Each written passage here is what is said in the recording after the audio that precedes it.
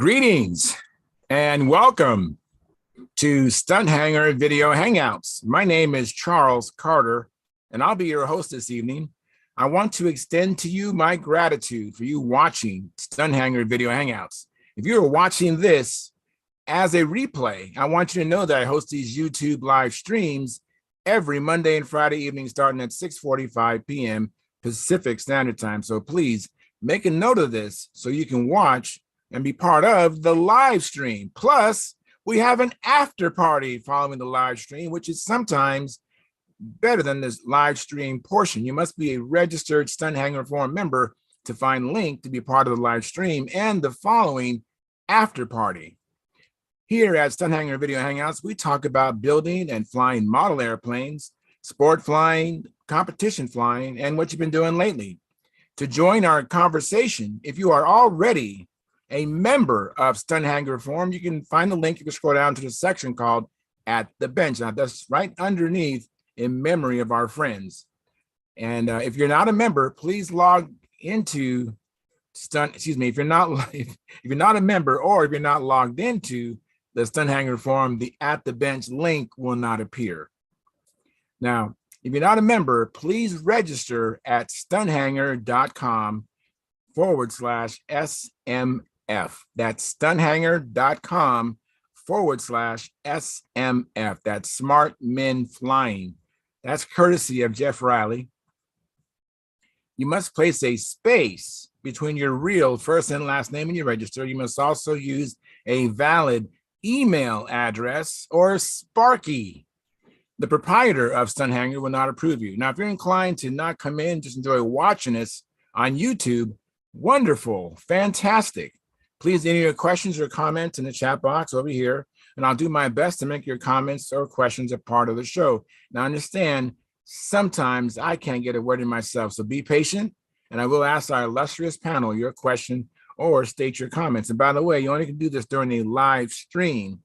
So like I said, I host these YouTube live streams every Monday and Friday evening, starting at 6:45 p.m. Pacific Standard Time.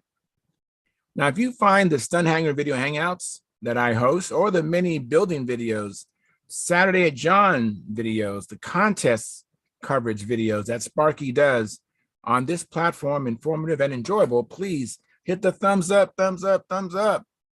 and subscribe. And when you subscribe, make sure you hit the notification bell so that whether myself or Sparky's on, you'll be notified. Please share the videos, comments on the videos. All these activities help the Stunthangar YouTube channel grow. Please consider joining Stunthangar's YouTube channel memberships. Right below, there's a blue button there. Hit the join button. And the memberships start at just $4.99 a month, which is less than 17 cents a day. It's about the cost of a coffee at Starbucks. So just once a month, stop doing the Starbucks and support hopefully something you enjoy and love, and like me, I'm real passionate about it. And even if you're not, help us have a legacy. Just all this information, some of these greats that are here, they're not going to always be with us, and you'll be able to, people, maybe not even us, will be able to tune in and glean from all the information of some of these people.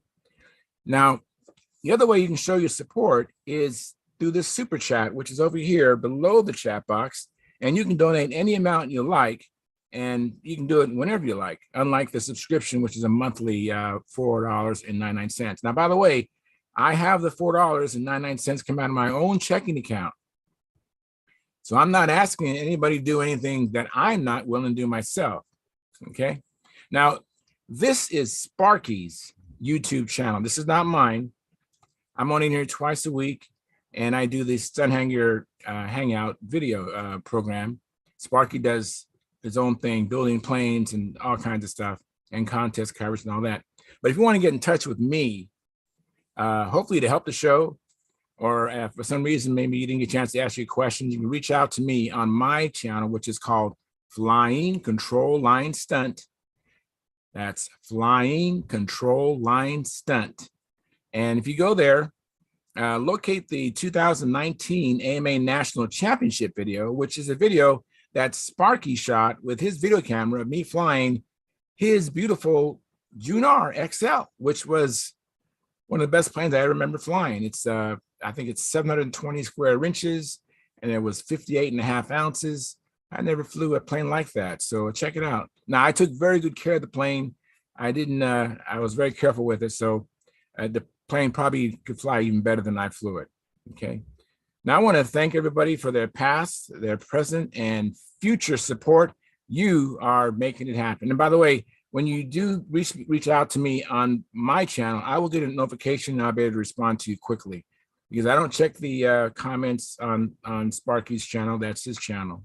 All right. So without any further ado, I'm going to now post a link at stunthangar.com at the bench, and the link is posted now. All right. So now I'm going to go to what I call the control panel, so I can see how the show is streaming and who's there. Just give me a moment here, and on my way. I see there's some people in there already. Great. Let's see here. Still making my way there. Just give me a moment here. Hope everybody had a good week. I live out here in Southern California. I know there have been some people that are concerned about how I was doing. I unfortunately am below the brunt of this storm. I mean, don't get me wrong, we got lots of rain. Matter of fact, my neighbors had problems with their roofs, but none of the mudslides and rivers of mud going through my neighborhood, that kind of stuff, that didn't happen to me, fortunately. But our flying field that my friends and I fly at, it really, even when it wasn't raining, we couldn't fly there because it's so muddy and it's so saturated from all the rain. There's no place for the water to go. So it's just Joe Mata said I need to have floats if I want to fly my planes out there. So I haven't flown air, and it's unfortunate. Anyways, let me do a little bit of editing here, and we'll be cooking with gas momentarily. Let's see here. All righty. Great. So let's see what happens. Let's see if anyone tunes in. I see Gary Sinclair's in the chat box. I see he's there. He's provided a like. Thank you very much, Gary. And Tom Rammel. Matter of fact, Gary's making his way in here right now. Tom Rammel provided a like. Thank you, Tom. Appreciate that. And Dennis Adamiston says, hi, Charles, Gary, and Tom. Like delivered. Thank you, gentlemen. Hey, look who's in here. All right. So, hi, Charles. Hey, how you doing, Keith. Dennis? And Keith Trossel. We have Gary Sinclair. Thank you, Gary, for coming in. Thank you, Dennis, for coming in. Thank you, Keith, for coming in. Appreciate it immensely. Thanks, Danny. Hey. Oh, you got the care package. That's super. Yeah. Well, I got the care package too, and I like yours better than you probably like mine. So of course, that's hard to say. So very cool. That's it, right up here above the desk. So anyhow. Well, I haven't been able to do any flying because of the flying field is in terrible condition. It's a shame. I need to have floats if I want to go fly and at my flying circle. That and water shoes, huh? So yeah, and yeah, water shoes, exactly. Oh man, I forgot about that. Yeah. So I don't know when the water's going to drain off. We need some heat. I know the weather today was, I think, in the 60s. I think low 60s, and so hopefully, but I think it's going to rain again in a couple of days. So it's, I don't know when I'm going to be able to fly. It's getting ready for California to fall off. That's it.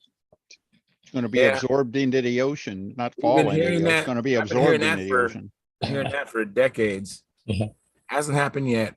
Either that or the earthquakes would make us fall into the ocean. No, I saw it. You ever see that one sci-fi story that said, predicted when the earthquake was going to happen? He feels the rumbling and everything like that, gets knocked out by falling debris, wakes up. He's standing in California and everything else is gone. He goes, oops, left out a minus sign. So So That's the funny. earthquake was gonna drop the rest of us into the ocean and California was gonna survive. That's funny. Yeah, I didn't see that. That's funny. Yeah, that's it. Hey, Stuart, he's in his house, not in his shop. That's Yeah. it. Yeah. Shop's downstairs. All right. Shop's not going anywhere, right? Nope, it's stuck there.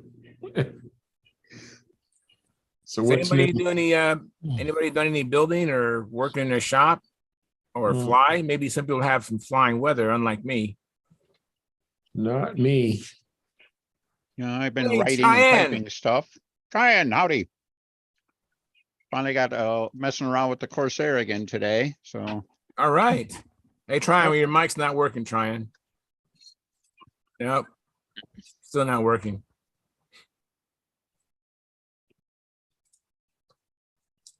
All right.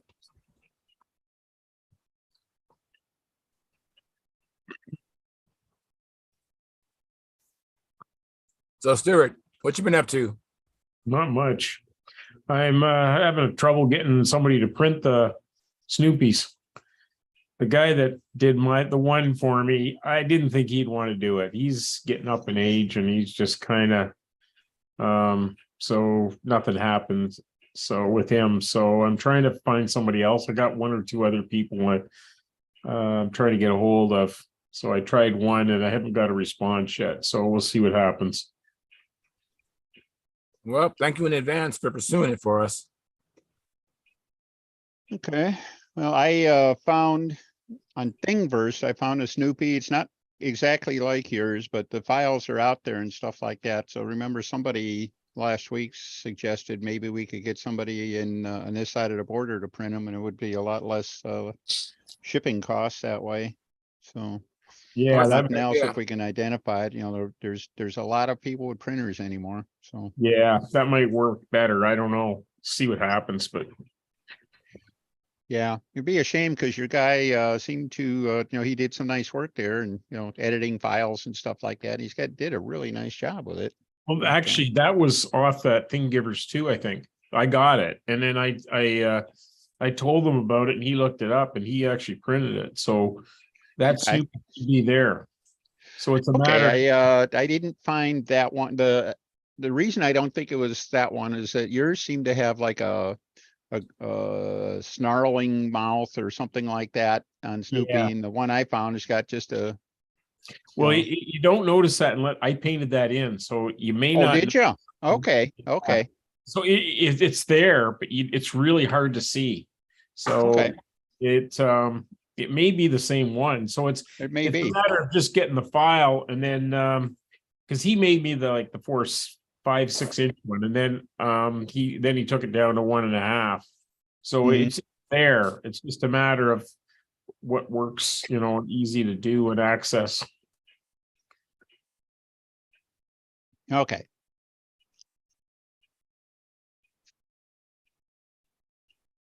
Corsair. Corsair. Wow, look at that. Yeah, this is the Brodak Corsair, which is designed by Pat Johnson. Or Johnston, I always get that wrong.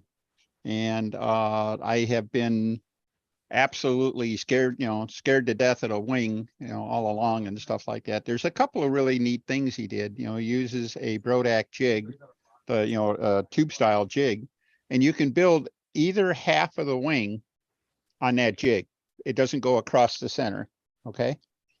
And so that makes it kind of nice for lining up through the dihedral and the outer panel and stuff like that. But in the inner panel, there was nothing there. One thing that I wish he had done is that he did not build it with a center rib.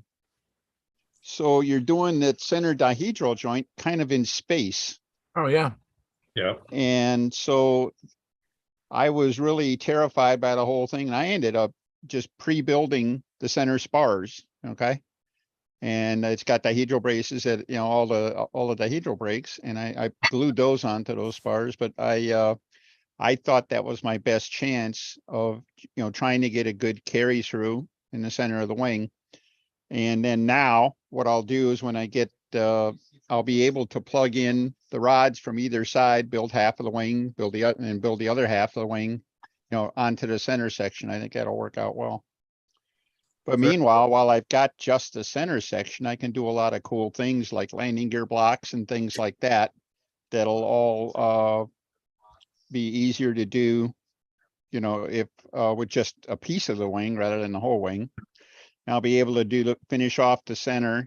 I have to cut out most of the leading edge here.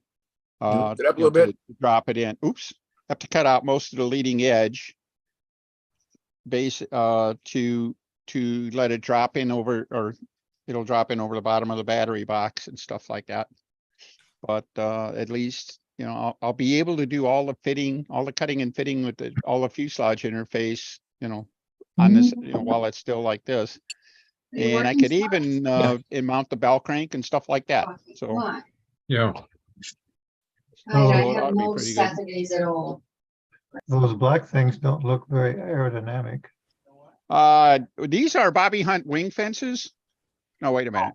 Okay, No, actually, they were, I think it's probably dry enough, obviously just holding the leading edge on. ah, But I need to build this for the electric conversion because this part right here, this is the back of the battery box and the side, this, the battery box goes back this far into the wing for two reasons. One is I kind of needed the room, and second off is it does give me a little bit of freedom for center of gravity adjustment, stuff like that. Although the Corsair is such a short nose airplane, I'm not sure, you know, I may be doing everything I can to get all the weight I can forward, like maybe using an oversized motor or something like that. But anyhow, I have never built a Corsair before, and before long, I will not be able to say that. So, Yeah, it's pretty cool. Looks kind of challenging. It looks nice, Dennis. Huh. It looks nice. Let's just say, you know, you've heard of the 10-foot airplanes and 50-foot airplanes. This is a Zoom meeting airplane. All right. That's about as close as you want to get to it. So Works. the pieces all the pieces all kind of fly in formation. It'll be all right. So Very cool. Let me welcome Mark Wise and Brad LaPointe. Thank you very much for coming in, gentlemen. Good seeing you. And Tryon, let's try your audio. Yeah, can you hear me? I can hear you. Yeah. Fantastic. You fixed it. All right. Yeah, it's like last time the headphones were working just fine, and right now they're not working anymore. It's just weird. Yeah. are they rechargeable? Oh no, it's just an old crappy computer. Oh, okay. Yeah, I have an old crappy computer, but I was lucky enough. My son let me use his headphones. And my biggest problem is that they're rechargeable. And guess what I forget to do? So Charge them. that's it. No, Speaking of which. mine just plug right in. So, you know, a second. So Stuart wants to say something. Yeah, I just wanted to say to Mark, I think, oh, did he freeze up? No, he's still there. You know, the Home Depot deal where they did we were talking about what were they making? Where they got the kids together. Yes. Yeah, well, I'm going to a toy show thing where we're going to display some of our RC stuff. Actually, I'm going to bring a control line. This will be a first. So That'd be nice. a couple of planes. So, but they're going to do that there with Home Depot. So I'm going to try and take a few pictures and find out a little bit of information on how they'd go about it. Oh, that'd be great. So, That'd okay. be great. Thank you. Nice. What time are you gonna be there? When I'm going to be there probably before 10 because the setup's before that. So I think it starts at 10 and then goes till, I don't know, 2 or 3 or something. I don't know what time. So What was you trying to show us, Keith? you're talking about Snoopy a while ago. I stuck this at the back end of one of my scale presentations. I don't know whether you can read this or not. Oh yeah, right Yeah, there. you can. Here's World War I flying ace zooming through the air, searching for the Red Baron. My right hand is on the grip stick with my thumbs over the between myself. Hang on a second, guys. Maybe someone else can continue.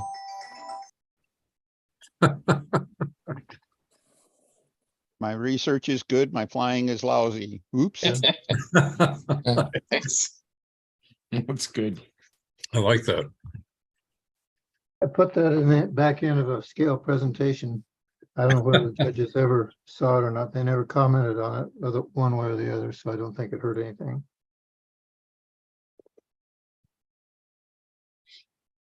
Good job, Keith. It's fun.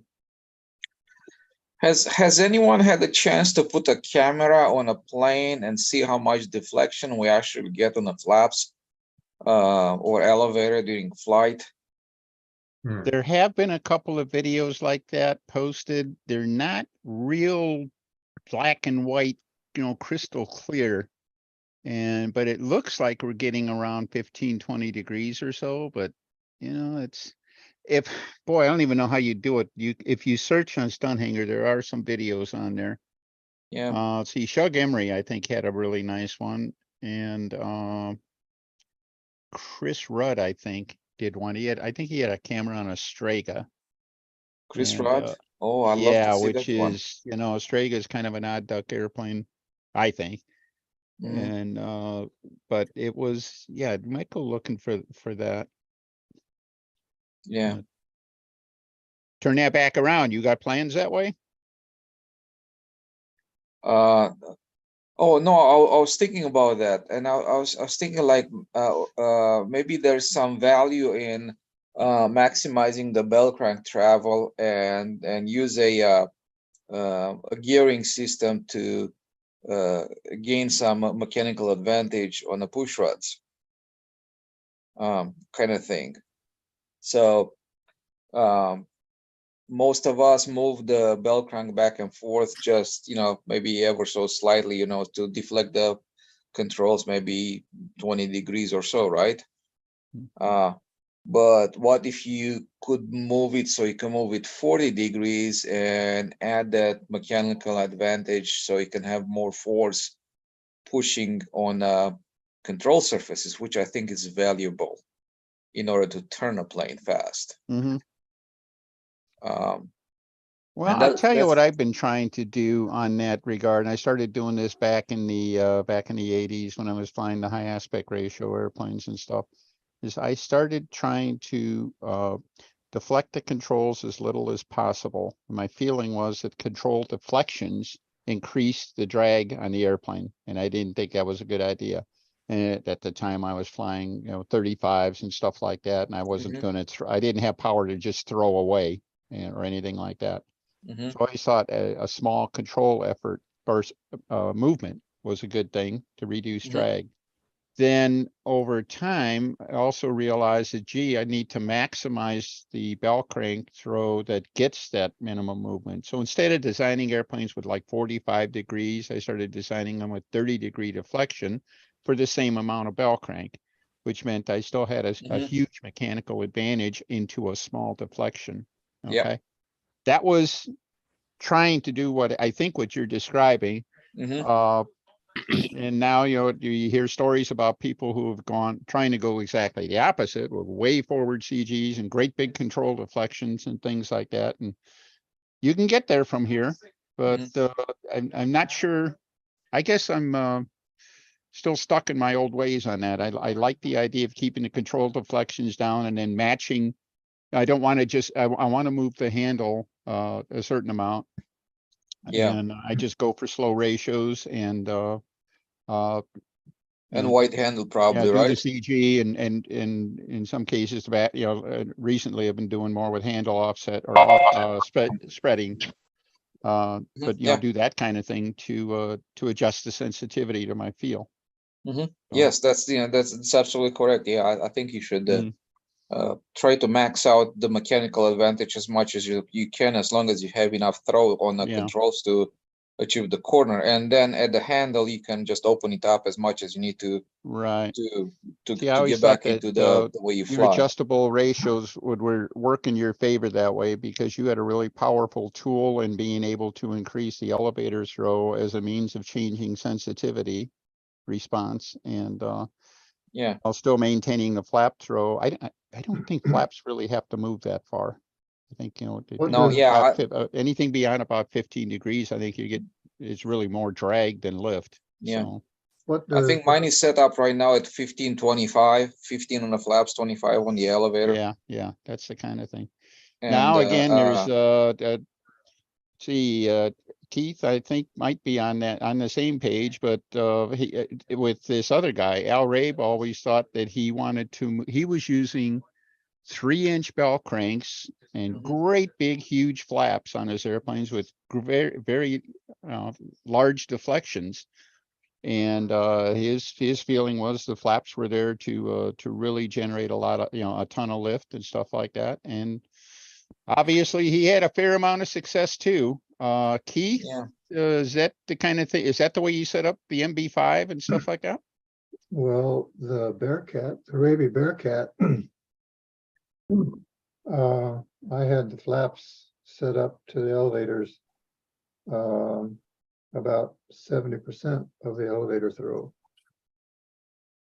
So a lot less flaps than elevator, and I Like a 45-30 kind of thing? yeah, I Yeah, okay. experimented that a lot, and with that adjustable elevator horn, just to change the push rod a 32nd of an inch, I could tell the difference, and I finally jockeyed it around till it was still around a 7-to-10 ratio flap to elevator, and that I found best. But even then, could even just a very minute adjustment on that elevator horn push horn, I could feel and see a difference. But I was going to ask, what's the difference between this logarithmic control thing that Igor has and a couple people are trying?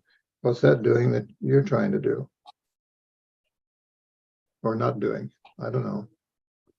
Is that I Tran? think what the logarithmic system does, it increases a little bit, it puts more pressure on the flaps to keep it deflected at high deflection angles. You mean it gives more flap at more angle, the more No, more deflection? force on the flaps.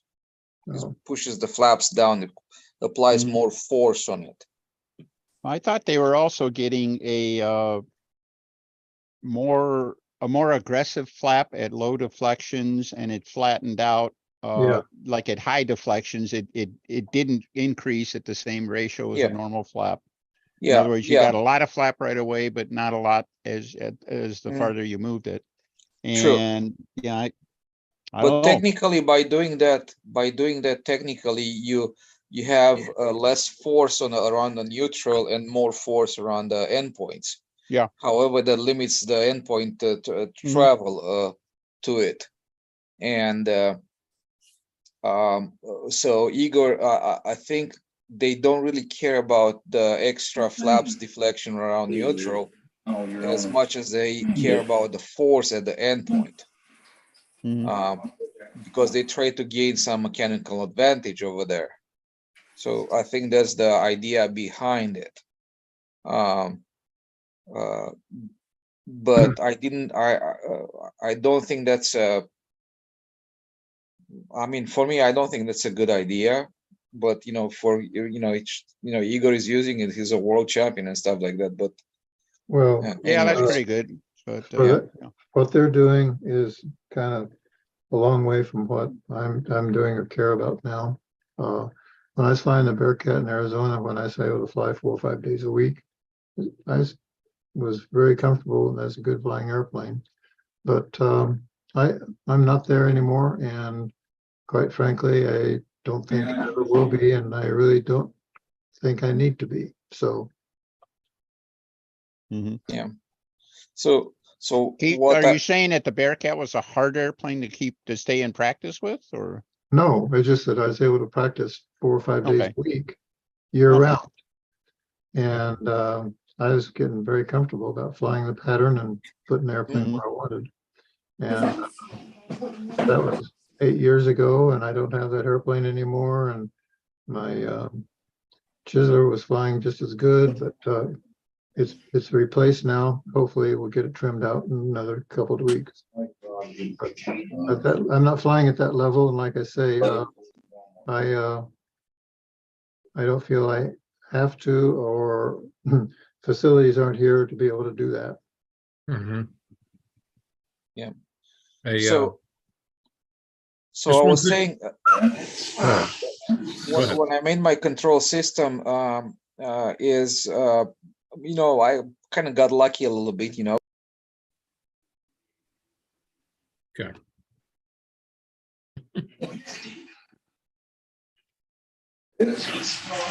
Lucky. Hey, Charles, I think you're muted. He's talking to himself. Oh, there he goes. All right. So you guys didn't hear me at all? No. Well, I was welcoming Carl.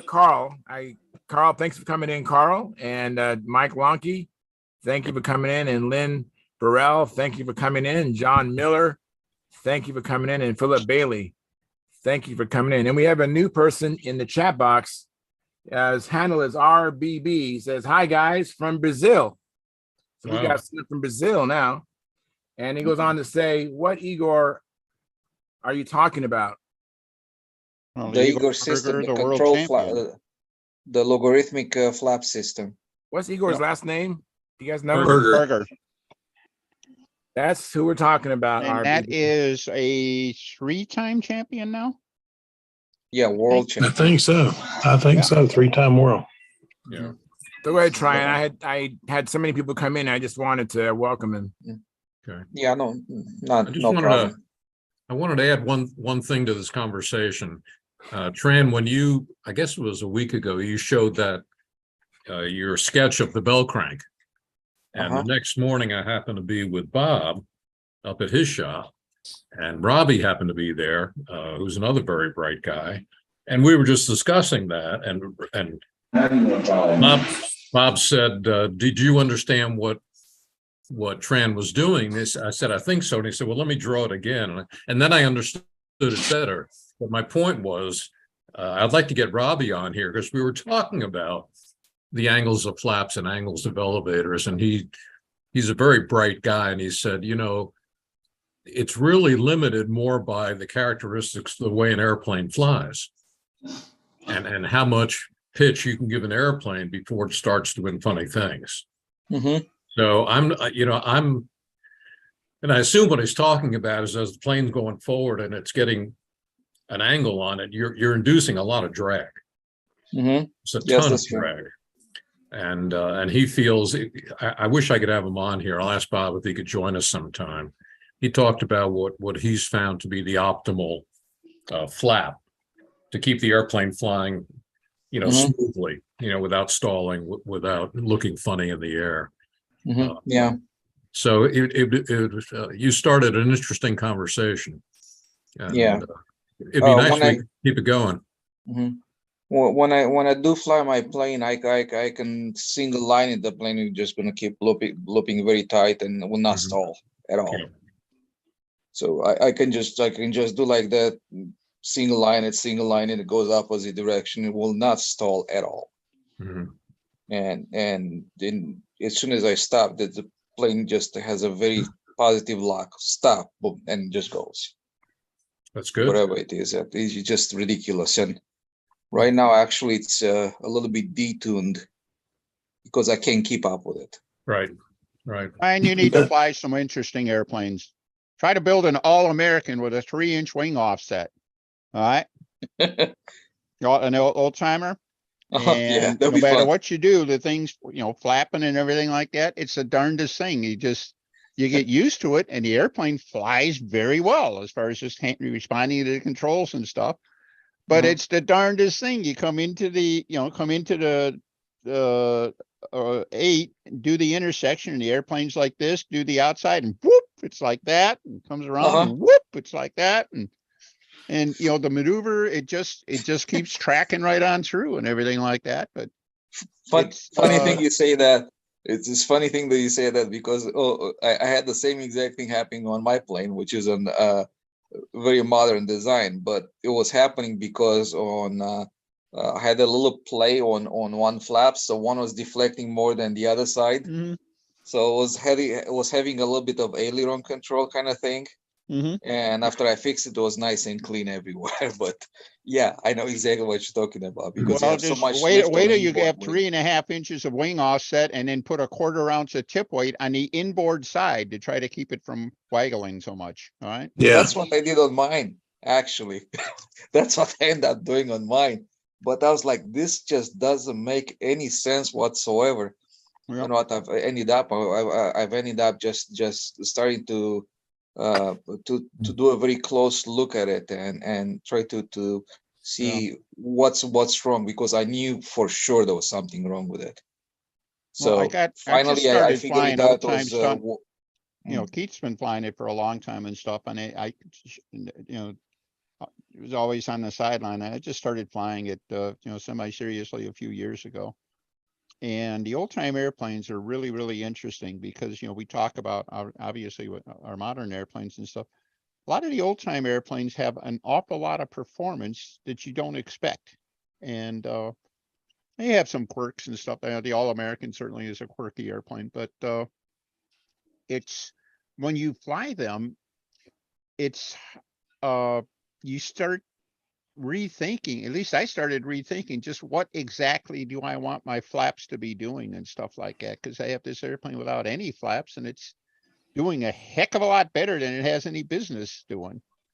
And and stuff If you like can that. avoid getting eaten on takeoff. yeah. I think we go too much on a 1-to-1 ratio on the flaps to elevator. And And 1-to-1 I think is there's safe. just too much flaps. Yeah, it Okay, is. but I what's agree. the optimum between big flaps, small deflection, or smaller flaps, bigger deflection? Right. Where do you go with that? Well, Keith, I think it all depends on the weight of the plane. If it's a heavy plane, you want more deflection. If it's a light plane, you want little deflection. But okay, given the same weight, which is better? Big flaps, small deflection, or I think big, small. flap, small I'll flap? go big, small. Well, for I sure. agree. Smaller flap deflection to get the amount of lift you want is good. And then It's a with your cleaner. adjustable controls, you can go ahead and increase your flap relative to the elevator to where you start getting the turns you like based on weight and how you fly the airplane, I guess. Yeah. Yeah, definitely you want to go there because it's much cleaner aerodynamic. You still create the lift without creating the drag. Yeah. But Raby, with his airplanes, he had semi-scale airplanes that were almost scaled. So he had proportionally smaller wing. So he put big flaps on it and he used 1-to-1 ratio as far as I know. Mhm. And I think he was actually even experimenting with more flap than elevator on, Yeah. with the C period and and stuff. with my Bearcat, I found just the opposite. I was using 70% flap to Yeah. 7 to 10 ratio was about Mhm. right for my Bearcat. And it wasn't particularly light. It wasn't really particularly heavy. It was heavier than I wanted, but it wasn't a lightweight. Yeah. But still, the flaps are quite large on it too, right? Yeah, they're at least 20%, I think. Yeah. But I think Walker flies pretty much with, or at least he has. I don't know what he's doing now with his electrics, but he was using 20% flaps on some of his later airplanes. Mm-hmm. I understand he's using an Igor flap horn now too. Yeah. So I have a question regarding the flaps or control surfaces. The real aerobatic planes they use, are they called spats or are they called spades? Spades. mm-hmm. Spades. Has anyone ever tried that in control line? Yes. Not yet. There was someone wrote an article on Stunthangar here about spades. I think it was Mark Wood, I think Yeah. who it was. And he's been doing all sorts of strange things. And he's seems to be pretty bright, and he's sharing a lot of his stuff too. Good for him. Yeah.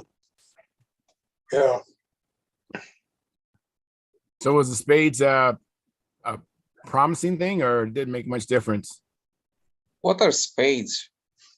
Well, what it is it's basically a surface that sticks above or below the aileron or something like that. And when you deflect it, it catches the air in such a way that it it reduces the control effort, all right? It like over forces. Oh, the so it's like a control to force deflect more, amplifier.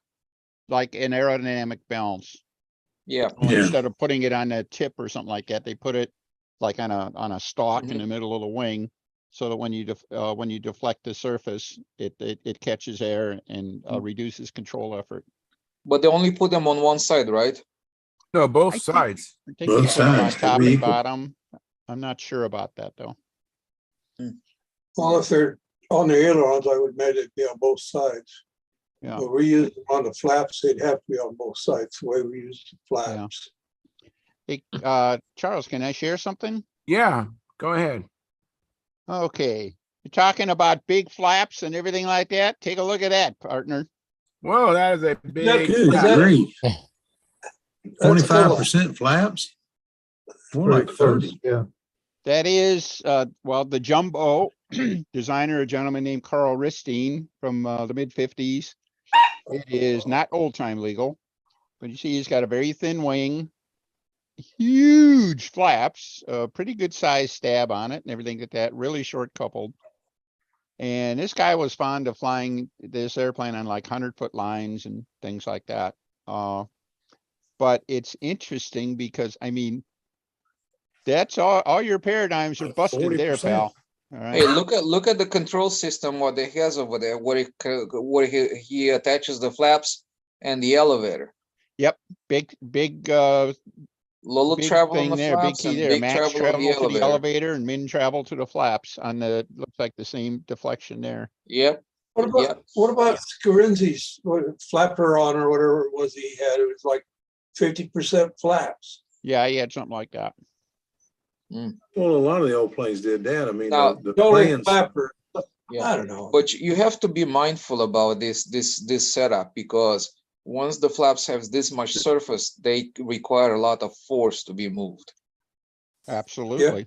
Yes. That's where And the we spades. only have, we only have the tension that's available in the lines at the time, right? Mhm. Because if you look the tension and the torque, which is torque is what? The distance from an application point to the pivot point, right? So you Mhm. have a double torque from both lines going through the bell crank, right? Which combined together move the push rod, and there has to be equal to the torque from the pivot point to the push rod position, and that's the force you get over there, right? Basically, Mhm.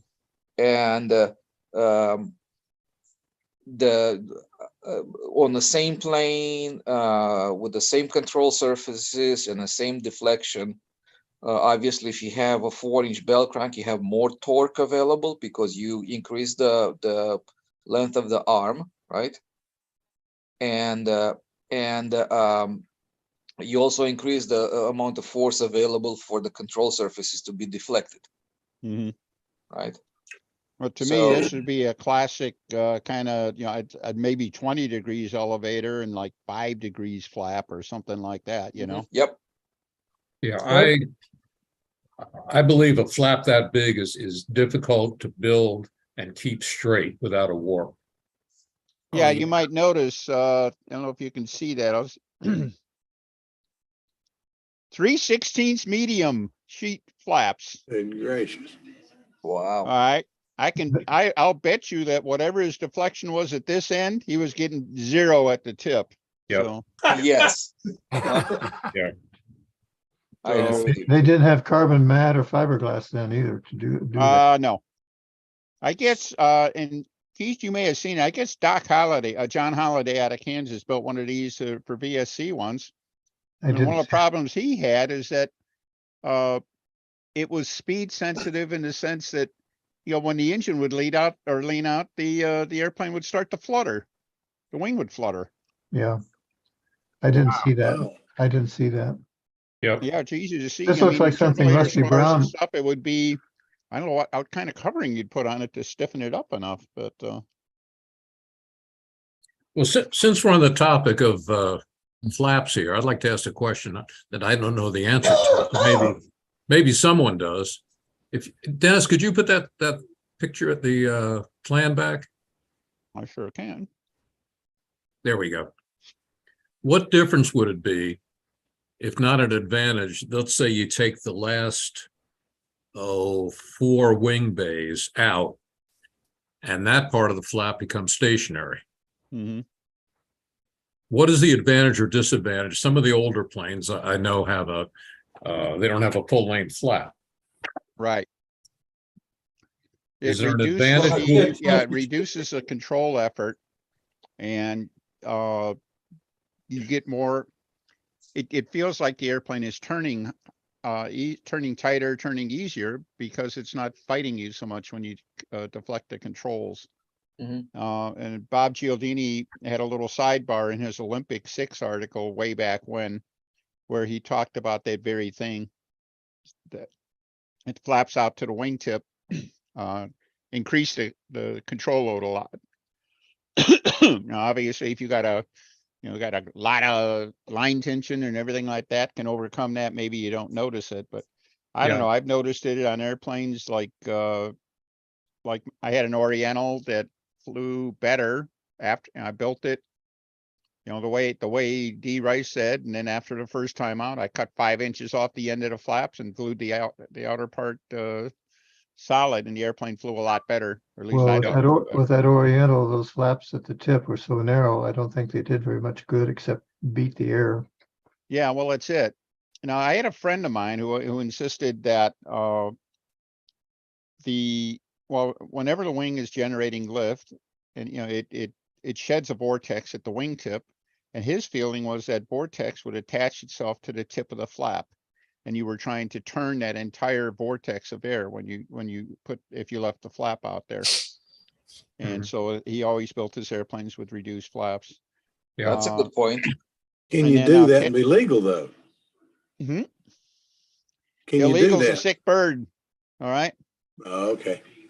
I let the flap police do it, but you got a good point. I figured that when I built a classic model, since that article, Gialdini's article came out in, I don't know, 63 or 64, I figure any airplane built after that, I could say, well, gee, I read Bob's article when it came out, and I did actually.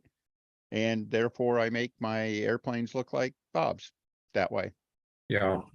Now, I can't make that argument for 1954 or whenever this thing came out, but I'd be sorely tempted to do that, only because, cripe, if the flap was half span on this thing, it would still be huge. So, Yes, absolutely. Yeah, Well, they didn't make, I went to VSC and I was looking at one of the airplanes that was flying, and I was building one like it myself. And I noticed that his elevator was about twice as thick as what was on the plans. Noted flyer, very noted flyer and very respected flyer. So I went up and asked him, what gives? And he said, if you build it the way it was designed, the tail will flutter. You can lose the airplane, and worse than that, you can hurt somebody. So this is for safety. Add at least a 16th, if not an 8th, to the stabilizer, and same to the elevator, just to make it safe. And none of the judges seemed to have a problem with that definition or that reasoning. And he flew the airplane. And if I told you who it was, everybody knows him. He's a really good that's the flyer. thing. I don't think anybody notices that kind of thing. Well, I notice I notice everything you're not supposed to notice. Well, you notice it because you were on the verge of building it, and you may have even had second thoughts about it. Gee, do I really want to do that? So, well, I came home and took my elevator and just sanded. Anyway, I went ahead and sanded it down a little bit and put 1/16 on either side of it and built it and flew it for years. Ended up giving it to somebody, I don't remember who, but not till it was several years old. It was a great airplane. Well, I don't know. It's you can get into one of those things you can get in arguments on. I really think airplanes with thicker tails fly better than thinner tails. All right. I think they do too.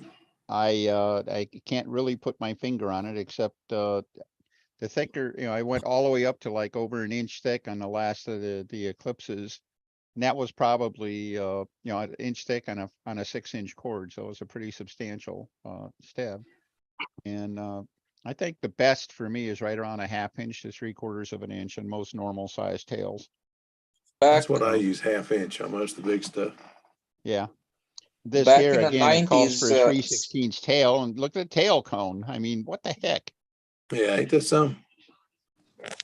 back in the 90s, I think Fitzgerald did a test on his Thunder Gazer or something like that. Yep. And he tested different profiles for the elevator. So he started with a thin, flat one, then stepped Yep. one where the front is thicker than the rear. It's a little bit thinner, an airfoil flaps and stuff like that. So his conclusion was that the best one was the airfoil flaps, but it's not exactly easy to produce. And almost on par with it was the one that was like the thicker in the front and thinner on the back, like say 1/2 inch in the front, 3/8 on the back side on the Yeah. elevator side. Hey, Mark, one thing you might want to find, if you can find a copy of Ted Fancher's article on the imitation profile that he did. Yeah. He built that airplane with flaps where he could lengthen a flap through adding some wire connectors and stuff like that. He went anywhere from just over a half span, and he had a intermediate and then a full span flap. And his conclusions were that the shorter flaps seemed to give a better corner, but he ended up liking some of the longer flaps because he thought that they gave a better feel. All right. Mhm. So, there's things, but if you can find that article, I remember reading his article, and then, you know how it goes. You get right to the end, you expect the conclusion. It's like, oh, why did he say that? Yeah. But, he was looking for something. He wasn't interested in just a turning performance in his case. He was Okay, thanks, looking Dan. yeah, but if you could find that, you might find like that. So.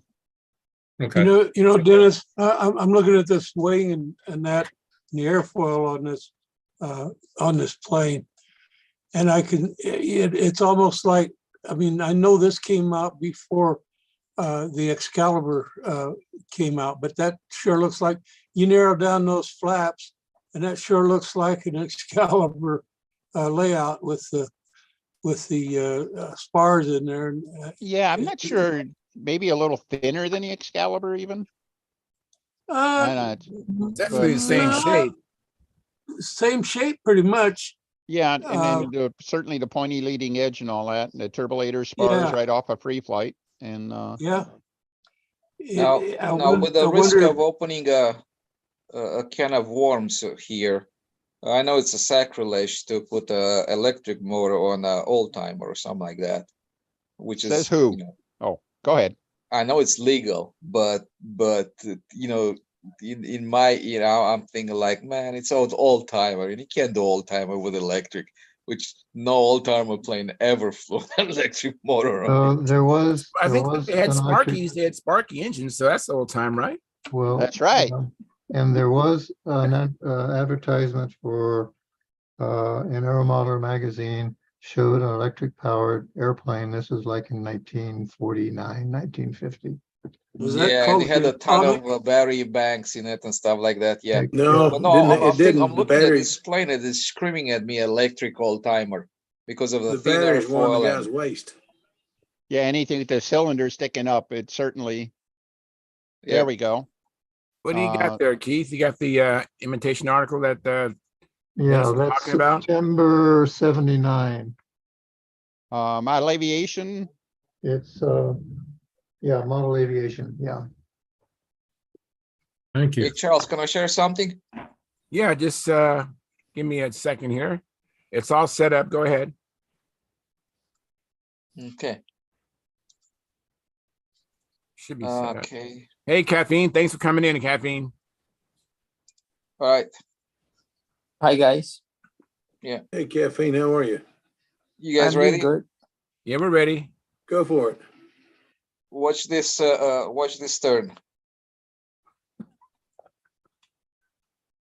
This is the twirls. Hey, Howard.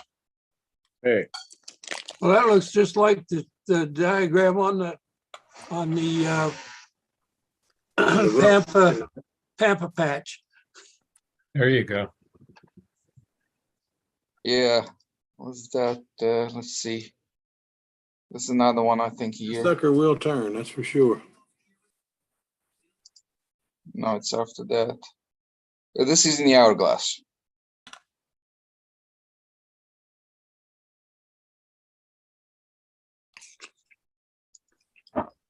Yeah, he will turn.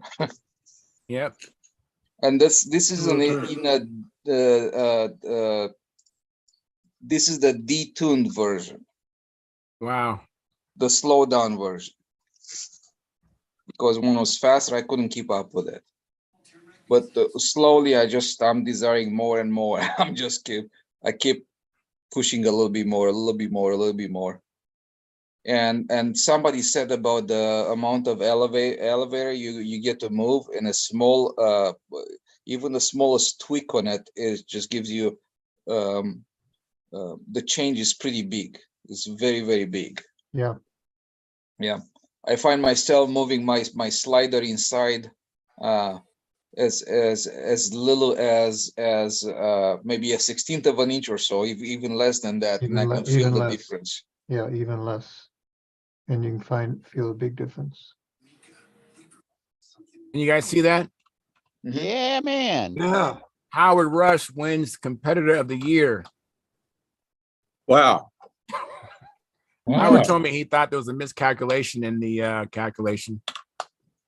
But anyways, that's Howard Rush. Congratulations, Howard. Congratulations, job. Howard. Here you go, Howard. Fantastic. Yeah, the flying, this is in flyinglines.org. Mm-hmm. And it's neat what they have. I wish we had it in Southern California, maybe other places, but can you explain it, Howard, since you are the Competitor of the Year, how they do it? How they do what? Establish who's the Competitor of the Year I title? don't know.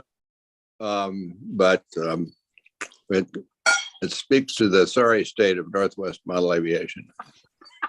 So, I don't know how many points they award, but when you go to contests in the Northwestern region, when you place, I don't know if it's through fourth place or what, but whenever you place, you receive so many points. Of course, if you get first place, you get more points than if you get third or fourth place. And then at the end of the year, they tally up these points and they come up with this Competitor of the Year title. And so Cool. So he beat out Chris Cox. I think Chris Cox was second, and I don't remember who was third, but they show the list. So I think it kind of helps create a thirst to go to more contests, so you have a better chance of winning that prestigious title. Yeah. But I think if other areas did that, that'd be kind of neat. That would kind of force someone's hand, especially if they're close, to Then go you to could get another all of contest. those. Then you could get all those competitors of the years together from regional contests and send them to the Pampa. Can you repeat that again, John? I didn't quite follow But you you. take all these, you get that set up and you get all these regional competitor of the year guys, and then you send them all to the Pampa contest and let them compete for the Pampa competitor of the year. Yeah, that's a cool idea. I think it's a really neat thing. I wish we had that in Southern California. Well, I'll It's a tell you, little tongue in cheek. Mike Lonke can tell you that he knows all the details, but the combat guys have a really good point system that includes, even if you go to an event and don't fly, you get points. Okay, so it may not be the competitor of the year, but it's the number one. It's their contest winner, and those people get their names on T-shirts that everyone can buy and wear. But I like the idea because it encourages people to go to more contests. Yeah. I think we lost Mike Lonke. He must have ducked out for a minute. Oh, there he is. He's his chair is there, but he's out of view. Hey, I found something today going through my files. When I went and bought Don Hutchinson's disc with all his plans on it, and I found Oh, where cool. I had them stacked. Yeah, there's some neat places. There's some that very few people. I don't think I know of anybody that's built one. Which one you talking about? Well, let me bring them up here. Hold on a minute. All right. Okay, is it up? Yeah. See Oh, see some of these files here. Wow. Yeah, well, let me go up to the top. Okay. Skyraider. I don't think I've seen anybody do a Skyraider. I think David Sabon built a Skyraider, an electric What the Skyraider. the Beach T-34. I seen don't know one of about those. that. There is a Skyraider guy did, Don Typond. We talked about him the other day about, he's the Right. guy Yeah. that makes pilots, but he did a Skyraider, really a nice one, not a large one. And Leroy Black built one not too long ago, a couple years ago. Oh, the Yeah. Hellcat, that'd be neat. Flies pretty good. Yeah, there's a Wildcat, the Hellcat, TBF Avenger, J3 Cub, I had L17. no idea he did so many. Hey, John, did you ever Wow. see Bob Whiteley? I'm not Bob Whiteley, but Bob Brooks's P-38? Yeah, That was a good flying plane. He'd have put 2 or 3 ounces into the nose. yeah. You see here, he's got a P-47 on there, Mhm. and I don't recall seeing that. That's probably been around. There's the Slow But Deadly. I have that Spitfire. plan. That's a nice looking plan. Yeah. Anyway, these are just all of his plans that he did. And Gosh, I didn't know it was that prolific. Good grief. he was very prolific, very prolific. Mm-hmm. And I don't know, I don't know what happened if I try to open one. Let me see if I try to open one here. I don't know which one to open. Probably this One one. of the PDFs, the others are, I think, instruction sheets and stuff, so. Yeah. I Okay. think his nomenclature, I think his number 1 files were wings and number 2 files were fuselages. Okay, that's a good idea. Try that. See if I have to open another window. It'll take a little bit. All right. But anyway, yeah, I just thought I'd share that in case anybody wanted to see how prolific he was. Mhm. And Had there's, no idea. Does he sell it? Does he sell the disc or thumb yeah, drive? he sold the disc. He sold the disc about 2 years ago. And a bunch of people bought him. I bought the disc because he only asked like 20 or 30 bucks for it. And okay, let me see if I can get this up here where, Might have to close the share and reopen it. yeah, that's what I'm thinking here. So the screen stopped share, okay.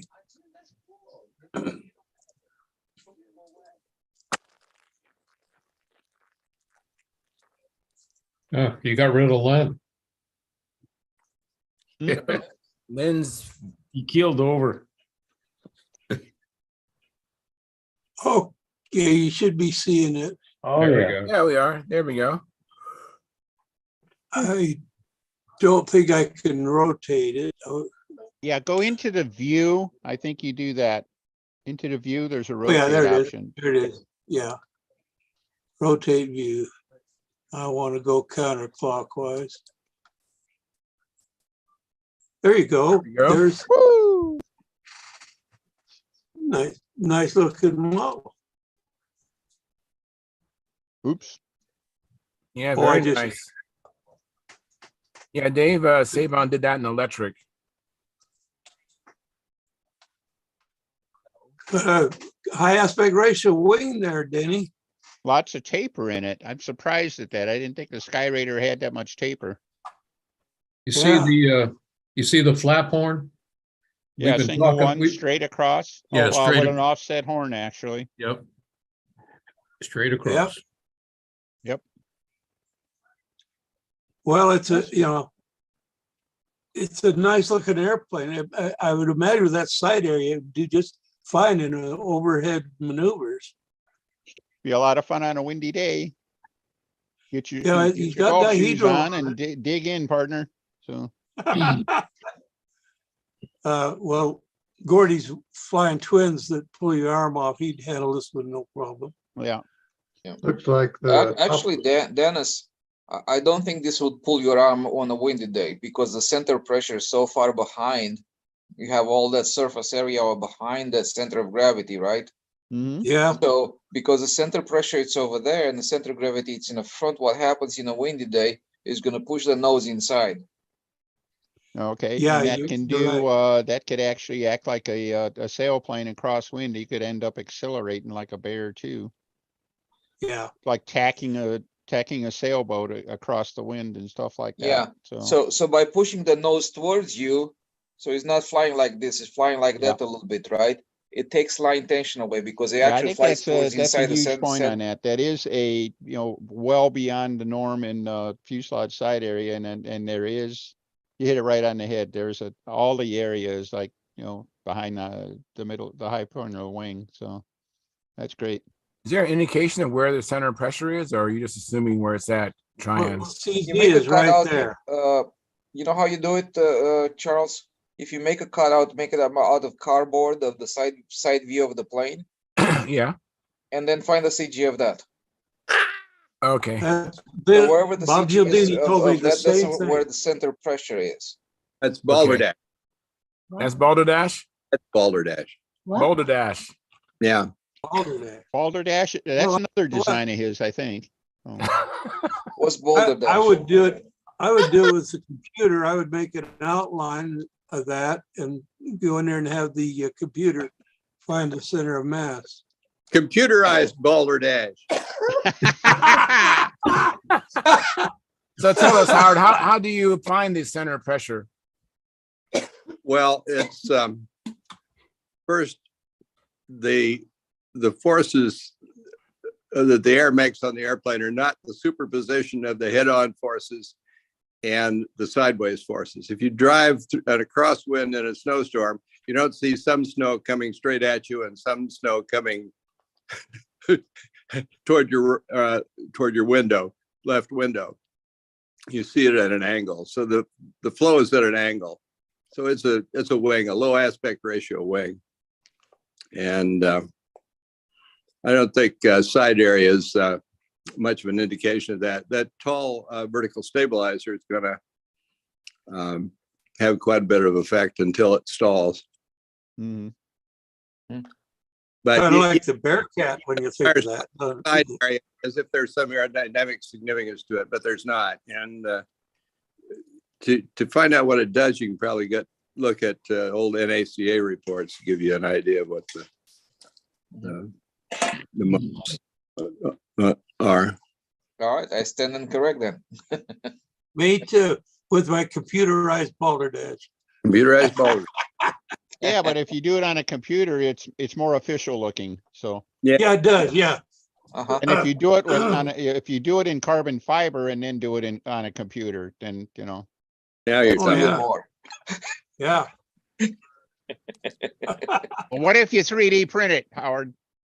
that's or laser cut it either way. That's I'm got not to be sure what kind of official. balderdash that would be, but That's official All right. balderdash. All right, I'm gonna say good night, guys. Hey, good night. Good Thanks night. for coming in, Good Good Troy. night, Trayan. Bye. Good Bye-bye. to see you, buddy. take care. I have a question for Lynn Burrell. Lynn, are you listening, Lynn?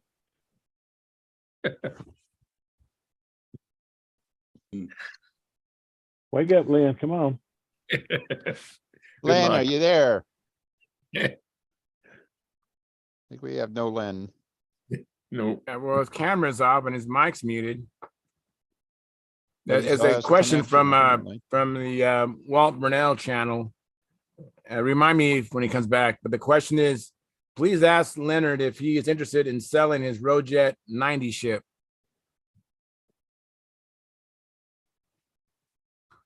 That's from the Walt Burnell channel. Welcome, Walt Burnell. Hey, I don't Charlton Group, would you guys like to see my my nostalgia legal stutter that I designed way back in the day, Yeah, I'd like to see Sure. it. It was published in Model Builders. And let me make sure I got it. sit there.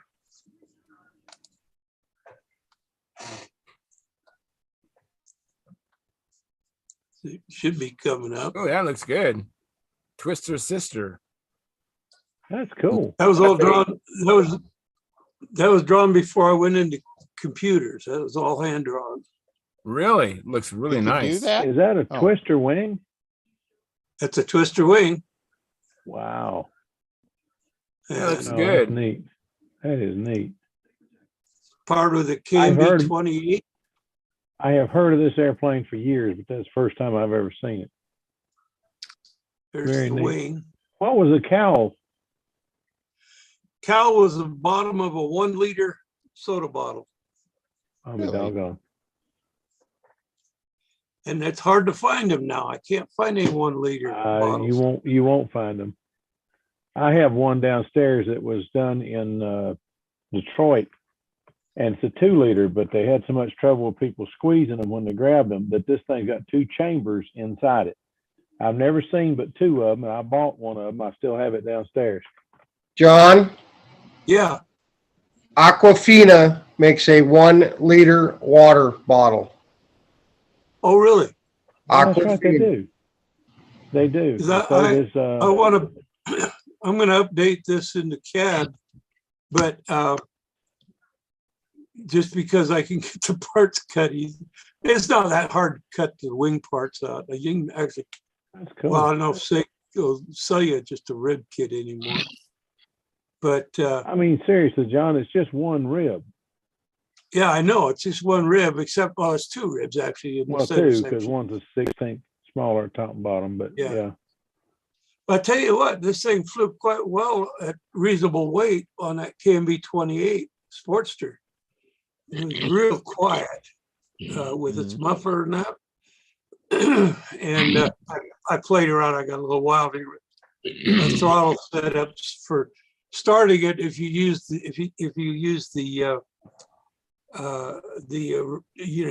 use the carburetor instead of putting a Venturi on it, you could preset but you could close it down with that throttle to make it a little easier to start.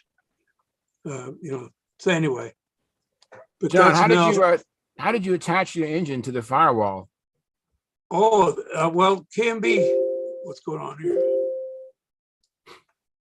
KMB has an integral mount here that goes on. That's the back plate. It's a back plate mount. Okay, I have that for a Super Tiger 46 and for a another engine. The Super Tiger sold that back plate too, kind of a mount for the engine. Yeah, I liked it because if you did crash, the mount would break before the engine would, and you can always replace the back plate.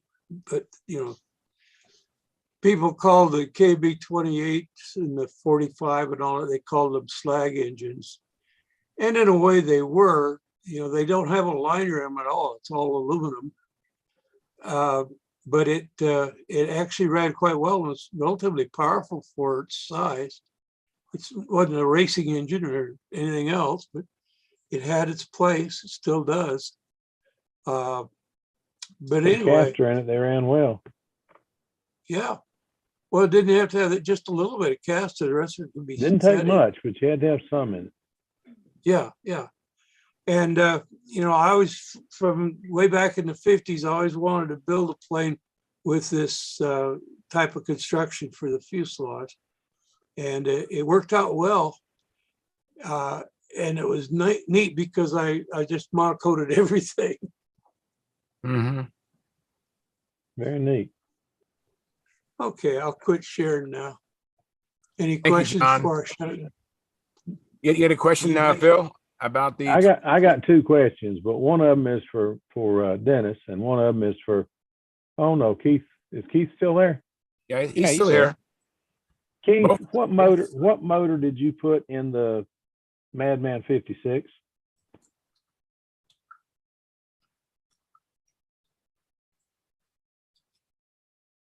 Did you hear that, Dennis?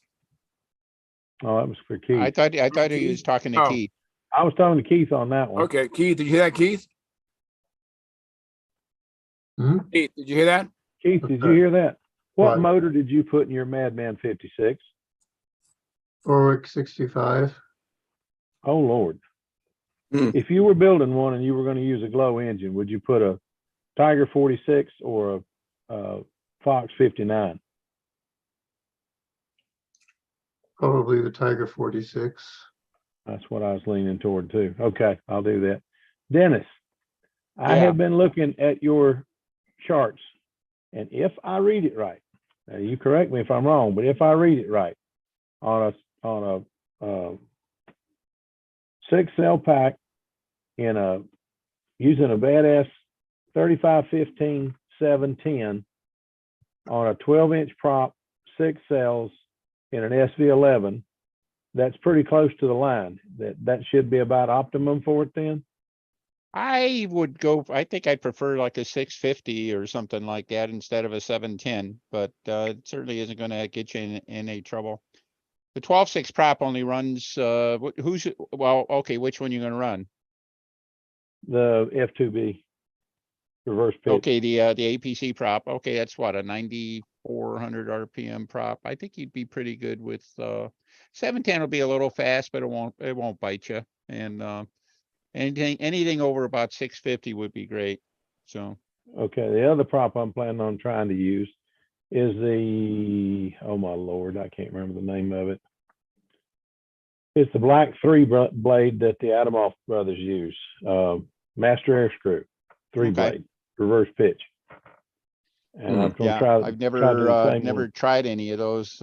Actually, I didn't know they had a reverse 3-blade. So I didn't either. I saw it on their airplane. I asked him about Okay. it at Brodak, and he told me about it. He said, just call them. It's on the website.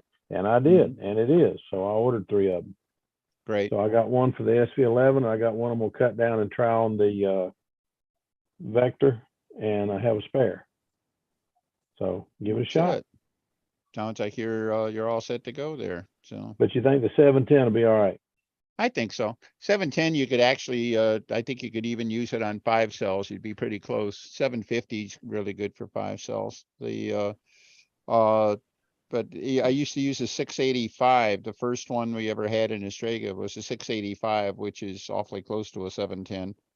Yeah. And that worked really well. And the other thing the 710 will give you is you'll be able, if you want to mess around, you'll be able to use like, you get a 13.5.5 and clip it to 12 or something like that. You'll be in good, you'll have to spin just a little faster, but you'll probably like that. It'll protect let you use some of the small, flatter pitch props too, if you have any of those you want to try. So. Yeah, love to. All right, sounds good. The reason I asked, I got, when I first got into this, somebody told me to buy one of those, and I didn't listen real well. I bought 3. I have a Cobra and 2 Badass. So I hate to send them back. I hate to call them and ask them to take these back and give me something else. So I think I'm going to try to use them. Well, if you mentioned you didn't like the name of that motor, if you didn't like, if you don't want to use the nasty donkey motors,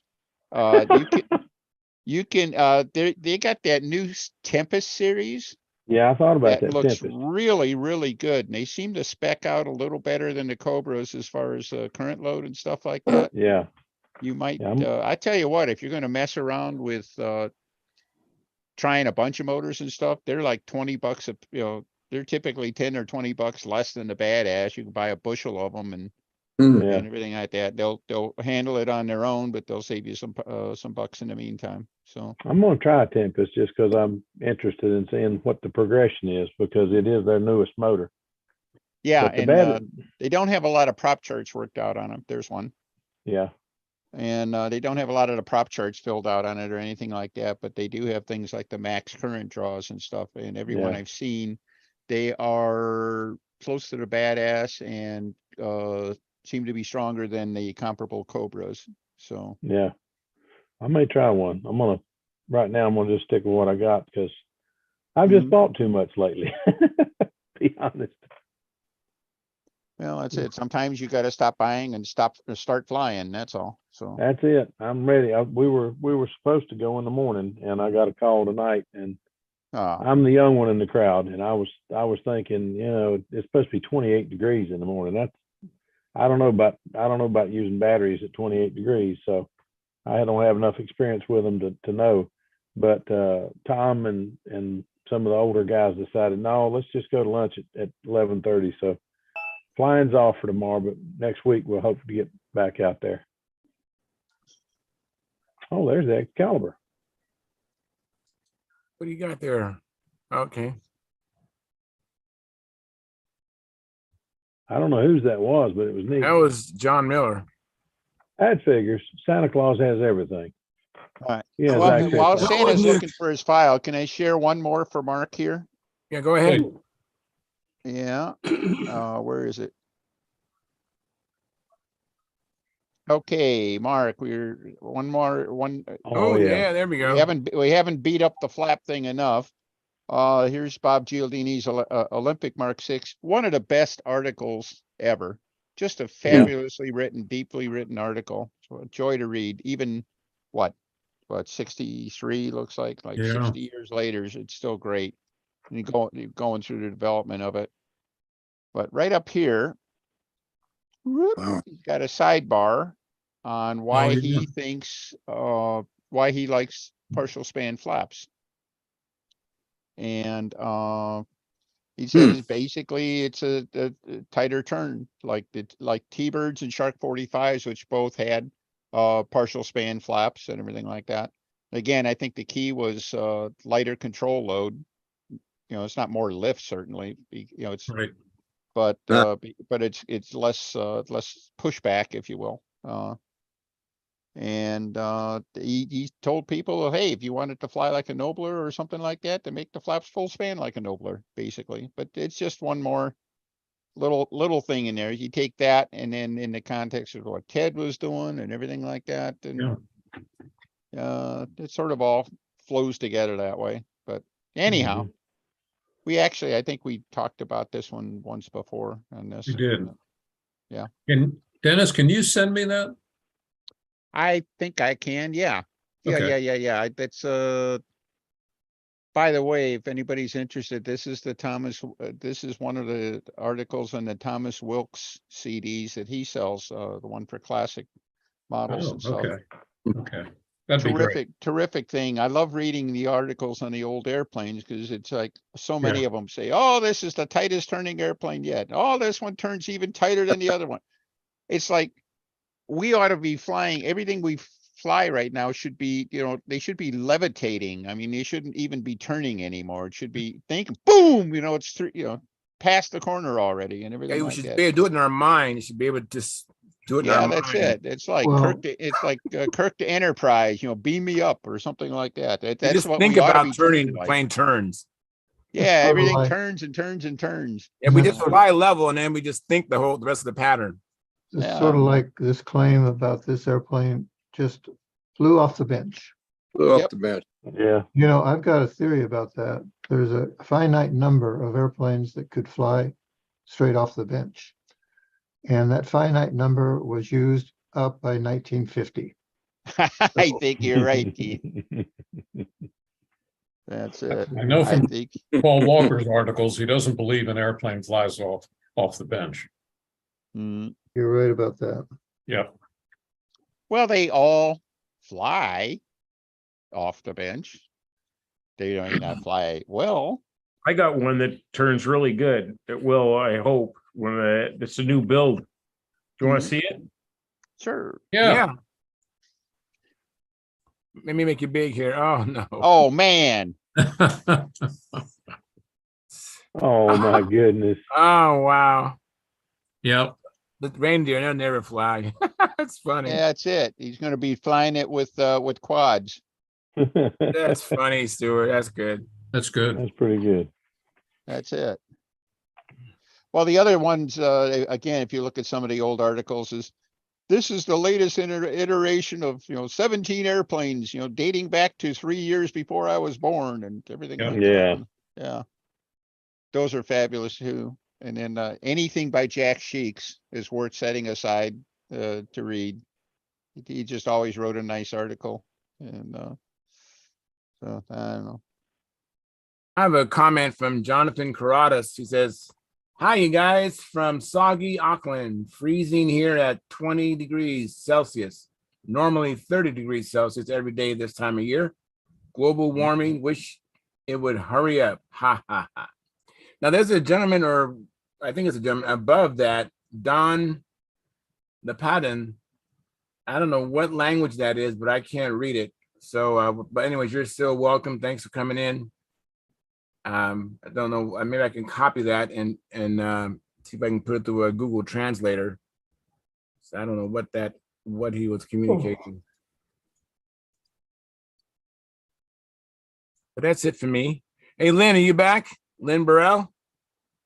Good luck. Is Phil still here? Yep, Phil's still Right here. next to you.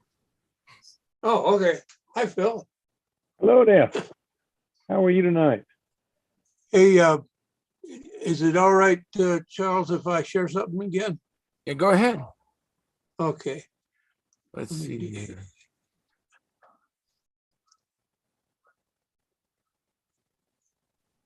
You're sharing Zoom, huh? No, it's not supposed to be. Looks like Zoom. Yeah. Let me go back to the beginning here. Now it should be right. There Oh, you what yeah. a slick. Is that the Pathfinder LE? Oh, that's No. Pathfinder 40. Okay. That's a 40 That's plus. it's actually now called the Pathfinder Pro 40 Plus. 40 plus. Wow. Yeah. It's a about 650 square inch wingspan, so it should be able to go for anywhere from like an OS 46, LA 46, up to a 60 size engine. So But this it's is very- bigger than the regular Pathfinder that Brodex sells? Oh yeah, this is Well, this is a built up too, isn't it? this is this one right here behind me. Okay. Yeah. But it's been modernized a bit, you know, just a few things. I mean, much of the construction, oops, didn't want to wander away from it. The tail is removable, stab is removable, rudder is removable. Tail wheel fell off.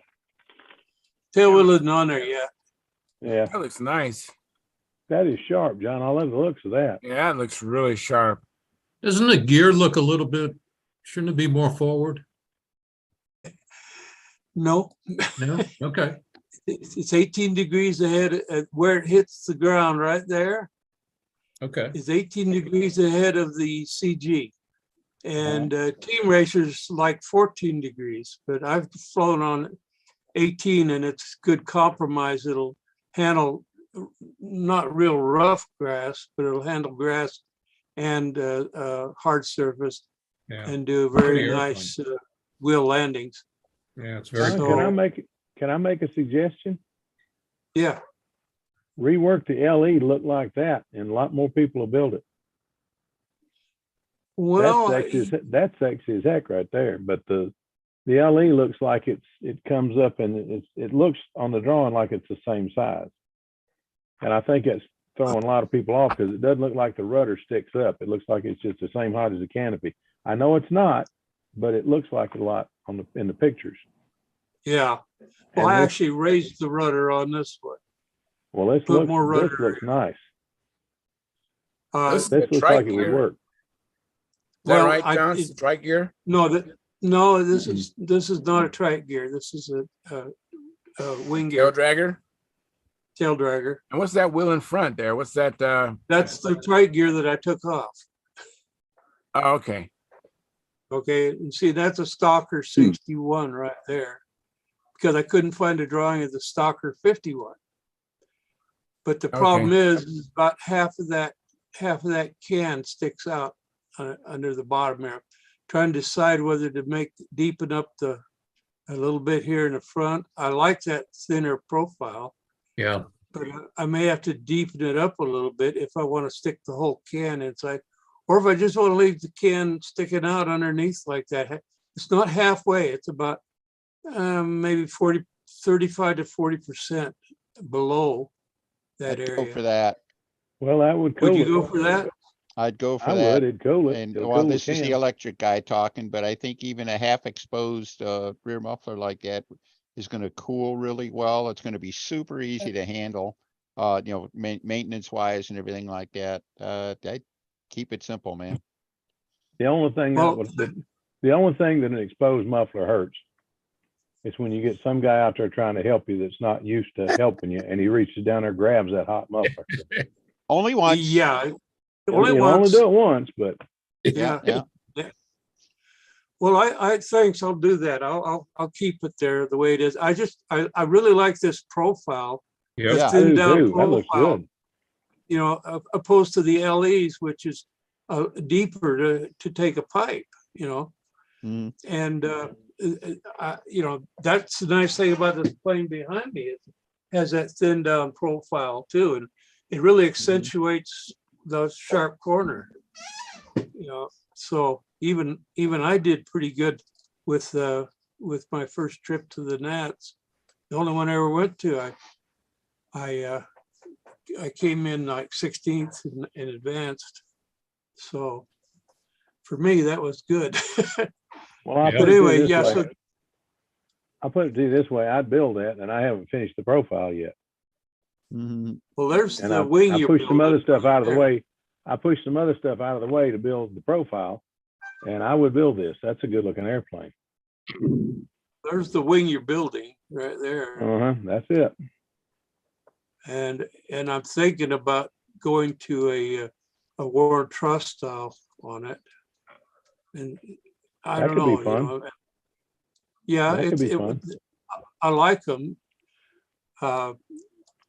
There's pros and cons to them.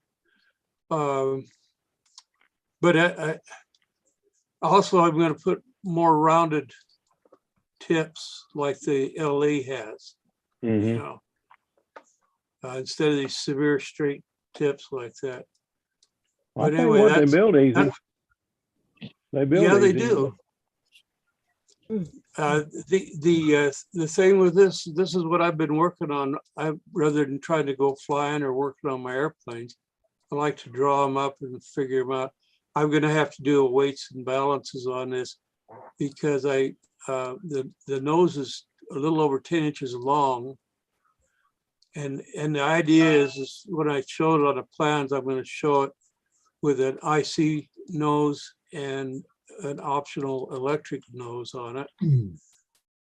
And I think I may have to extend the stab and elevator a little bit. It's kind of nudged me in the back of the head. I may need to add, although I've got extra weight because I've got that removable there, you know. Yeah. But anyway, that's what I've been working on. It's a And, good looking airplane, John.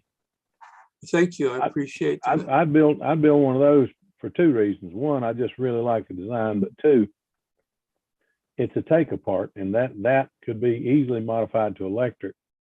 And that is a take apart would fit in the new. I'm looking at a new car, and I mean a car, not that big truck, and it's much smaller than what I have now, much smaller. So take Well, I'd like apart to is spend still some- essential. I'd like to spend some time with Tran and regarding finding out more about his custom made pins and that he locks fuselages together. Because right now the fuselage doesn't come apart, and I'd like to be able to split it right here at the back of the wing. Mm-hmm. And Talk to Howard. His yeah. system's just as neat. His system's just as neat. Is it? I'll have to talk to them both, gather the information. But yeah, it actually, there's options that you can go from the thing, you know, one, just take the wing out and leave it as a single, or I thought maybe perhaps we might be able to do it as a split, but I can't see doing a split with the bell crank where it's at, you know. Well, bell crank's Because that's not going to affect anything. well, if I put a pin here and a pin here and split it here, right down the center. Oh, split it And down it's- the center. No, I wouldn't. Yeah, split it at the that's, fuselage side, leave the bell crank where it is, and just you can hang the lines through it and put them on from the back side once you shift the bell crank 90 degrees. I mean, we have to, on the Revolution, I have to pull the bell crank out in the front and hook the front one, and then pull it out in the back and hook up the back one. I mean, it's not any more trouble on that than it would be on this. It's just you pushing it through the fuselage and taking it out the well, other see, side. that's the no other big thing. deal. Other thing I'm looking at is coming up with a system that using the take apart, where the center section and the bell crank all that, like most of them are using. Anyway, I'll quit sharing now. That's I wanted to share though what I've been doing. That's beautiful, John. Beautiful. That's And matter of nice, fact, Brent Williams says, looks really Big one. nice, John. Thank you, Brent. Brent, you need to get your bottom in here some night so we can order some batteries from you or find out how and when and why and how and all the details. Yeah. Let me welcome Gordon Delaney. Hey, Gordon. And Hey, Gordo. Good to see you, welcome buddy. Sparky. Sparky's in here as well. Hey, Sparky. I come to see Gary. Hey, Gary, Yeah, can you make me a 23 badge? Just, something like my triangle or loop with a 23. I tried to send you one the other day. I didn't get it. Didn't. No. Hey, Gordon, your camera is on your desk. We can see your cup and your hands. Oh, my wife's been dusting. Hey, Gordy. Hey, No, Gordon. no, put it back. That's not nice. That's not nice. That's not nice. I'm sorry. You knew it was coming. Come on now. Oh, yeah. Hey, Gordon, I'm glad to see you all right. I tried calling you a couple of days ago and I just got hung up on repeatedly. Oh, what area code? 760. I've been getting so many calls that you don't want, so I've just been disconnecting everything that's been coming in. Okay. Well, I'm glad to see you all right. Yeah. That was just curious. I haven't seen you in a couple, maybe 3 or 4 shows, so that's why I called. I keep forgetting. Today's Monday. I gotta turn it on. Then I space it off. Oh, today's Friday. Like just now, I just realized, hey, today is Friday. Well, good. I'm glad that you're in here. And Howard has a question or a comment. Go ahead, Howard. Howard Howard Rush. Speaking of side areas and stuff, I was watching Bill Nessabin video that Sparky posted, and he talked about stabilizers and a low aspect ratio vertical stabilizer, he said, won't stall on a crosswind. I thought, hey, that's a good idea. So that's what I've been using, and that's what's on John's airplane. So probably a good idea. Wow. And I have a. Go ahead, John. I just said I sure hope it works. I have a question from Jonathan Carradas, but he just has a question sign. I don't know what the question is. And Jonathan Carradas, why don't you come inside here? I see you on the Stunthangar forum, and there's a link that's posted in the at the bench. You'll see a link with today's date, and just click on that, and that'll bring you inside here. You'll need a camera and you'll need a microphone, but other than that, that's what it takes to come in. Charles, is our Brazilian still here? Well, let me see it. He hasn't said anything. RBB, are you still here?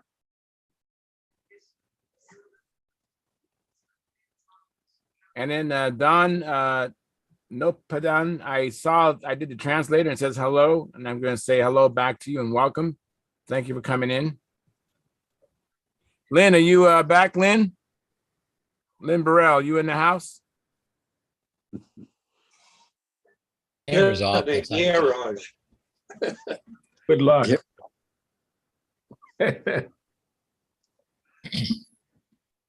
Hey, Stuart, can you call Lynn? Yeah, I can. Do you want me to? Yeah, call him and tell him there's a guy who wants to know if his Rojet 90 plane's available for sale. I got him. Thank you, Mike. Yes, the Walt Burnell channel. He wants to buy his Rojet 90 ship. Is he asleep or something?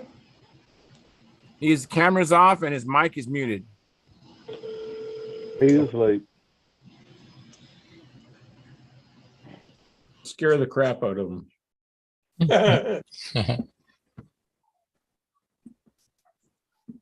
I see him. You showing that?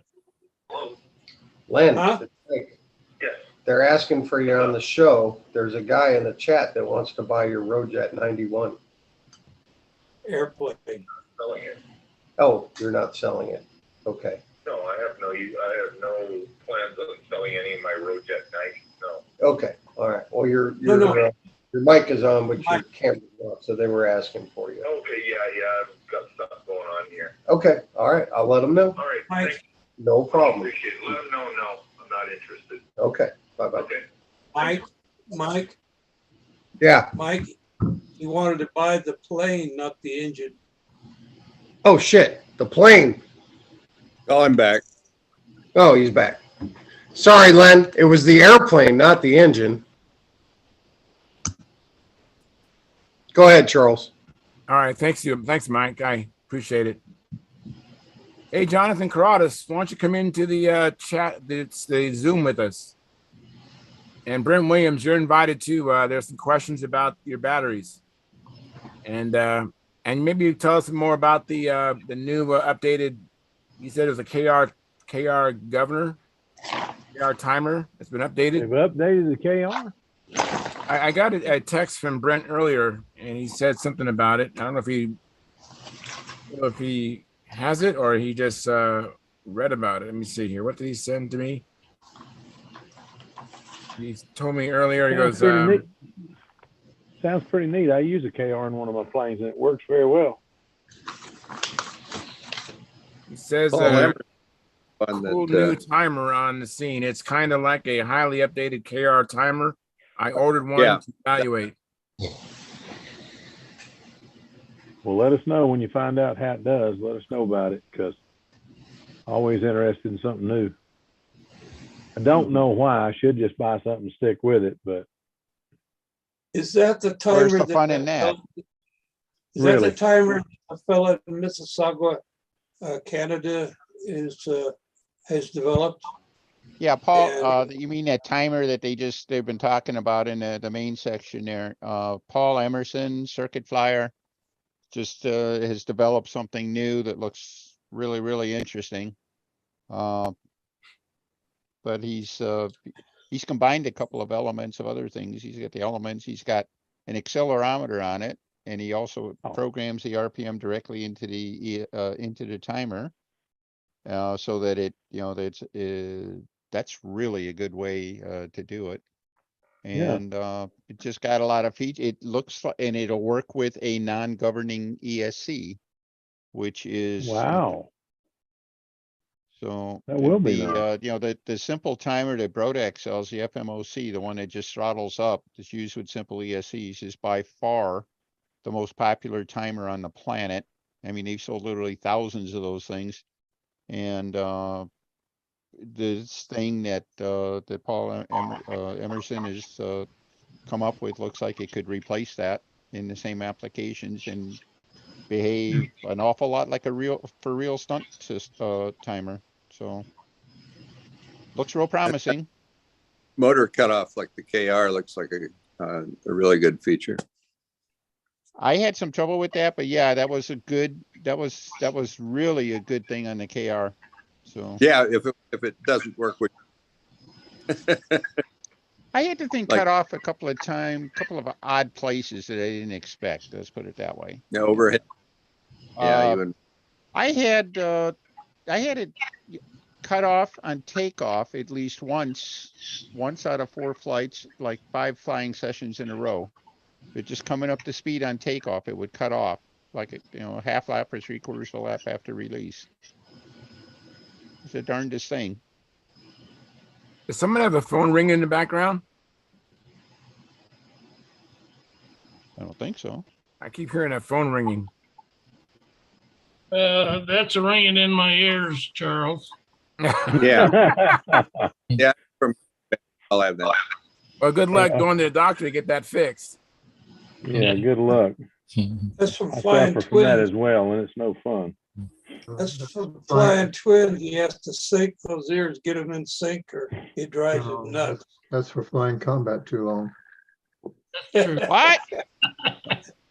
Hey, what say, Sonny?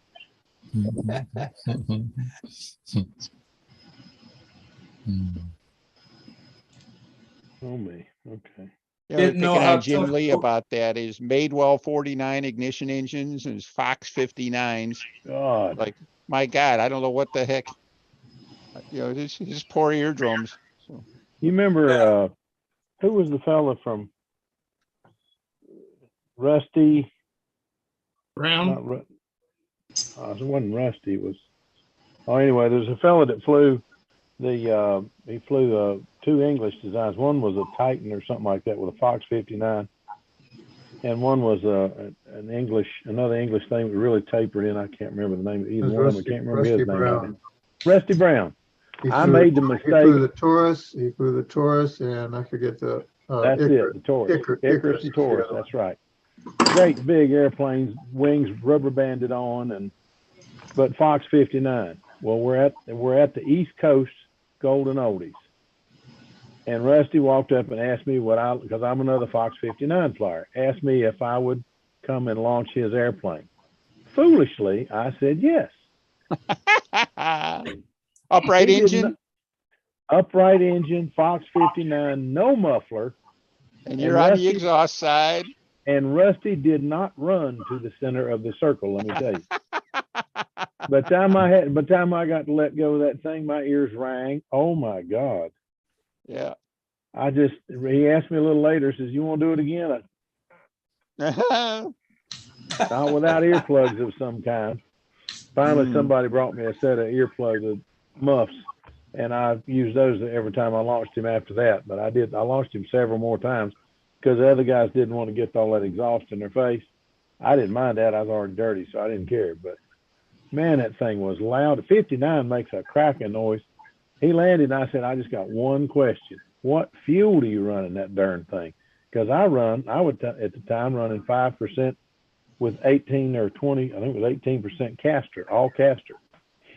And he says, "Good night." He says, "Oh, no. I run 10%, and it's 22% oil, but it's half caster, half synthetic." So he ran modern fuel in the thing. Well, before the contest was over, but unfortunately after my official flights, I asked if I could borrow 4 ounces of fuel and try it because I didn't have anything like that with me. And man, they run so much cooler and so much better on the synthetic caster mix. It's ridiculous. I'd always run on all caster and it gets hot, man. That thing lands and it's just smoking. And on a stunt wagon, it's pretty cowled in anyway. But with that caster synthetic blend, it lands, it sounds happier running, it lands cooler, and it makes a lot more power on 10% than it does on 5. So I just chalked that up to lessons learned. I got one for you guys. All right. What you got? A good friend of mine built a combat plane for a Fox 59 Oh Wow. my goodness. and a single bladed prop. Whoa. Oh, geez. Oh Lord. You want to see something leave the launch? Wow. It was pretty impressive. Yeah. I remember at the 4As walking over to watch the half A's that were like that one blade and then a weight on the other side, a little brass weight on the other side. And I looked at that full thing. I mean, I was 18 years old. I just out of high school. And I looked at that blame thing. And I'd been looking over at launching Keith's airplane, trying to work with him a little bit, watching him. And I looked at that blame thing. I'd been overrunning Navy Carrier, is what I should say. Anyway, I went over and watched these little half A's, and I just could not believe that thing could leave the line that hard. Huh. But I had to go do a little research, and on racing boats, they use a one blade prop on a lot of the old stuff, not the new stuff, but the old stuff. The one blade has less slip and all, and it just digs harder. but it is really weird to watch them crank those things up. I have an image of that this new timer. Let me share it with you. Supposedly it's an active timer and a regular a governor as well. It's both. So you guys see that? Yeah. Yep. So that's an image of it. And so it's both an active timer and a governor. And I guess you can get it as a DUI kit. Yeah, Oh, apparently that it's comes- not sold as a ready to use. It's sold as a kit. And that's the only thing I was a little worried about. But Yeah, surface mount technology, not just everybody can solder that. Okay. Well, that's what it looks like. Yep. In case anyone was curious. that's is a a nice good looking small, little timer. nice tidy little unit and everything like that. I mean, he's hitting all the right buttons on it. It looks like it'll be, you know, like obviously the proof is going to be in the flying, but I think as he gets more units out there, he, like he says, he expects to find more things that they can do with it with the simple programming language. It's set up right now that you can take it to the field and you can use your cell phone to program or change programs or whatever on that thing right at the field. Wow. Your cell phone. Yeah. Well, that's neat. I remember when we used to take our laptops to the field to work with a early castle creation ESCs. Yeah, well, you can do that too, but the cell phone is a lot lighter. Yeah, I'd rather take the cell phone. It's with me anyway. So I have a comment from Jonathan Carradas. He thanks me for the invite, but he can't make it in. And then Mark Lumen says, "Hey guys, been down with pneumonia," and he has a couple of green face emojis. And we'll try to join you in a week. Hope you feel better soon, Mark. Hurry up, Mark. I had that for too, watching. and it's no fun. Appreciate it. I'm wondering what Carradas' question mark was for, though. Yeah, well, yeah, Jonathan, why don't you tell us what your question is? That'd be great. And if you haven't hit the like button, please smash that like button. I know one time we had 32 or 33 or 35 viewers, and we only have 29 likes. So if you haven't hit the like button, please smash that. Please consider joining this YouTube channel, the Stunthangar YouTube channel membership. And don't forget the super chats. That's right below the chat box. Donate.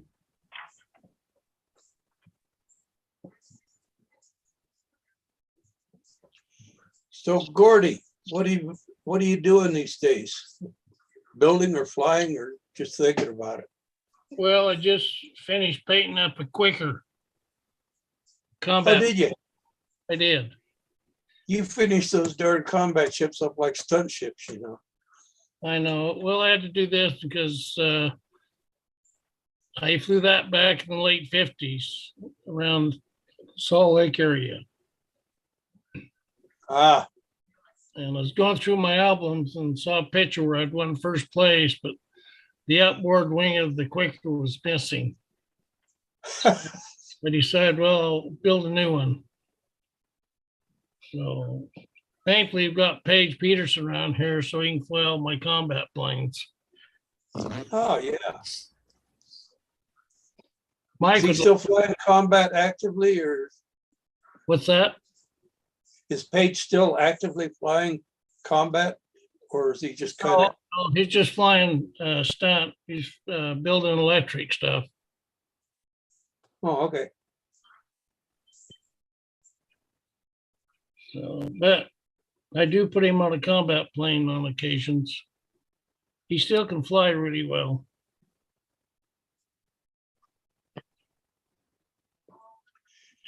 What about that? What about that last Challenger that you had, the one I drew the planet for? Did you have him fly that? Which one? That last Challenger, the big one. Oh, the 501. Yeah. No, he hasn't flown that one. Oh, look at this. Who's that? Pathfinder twin. That's from Howard Rush. Oh, that's yeah. Pete Peterson holding it. I recognize that airplane. Mhm.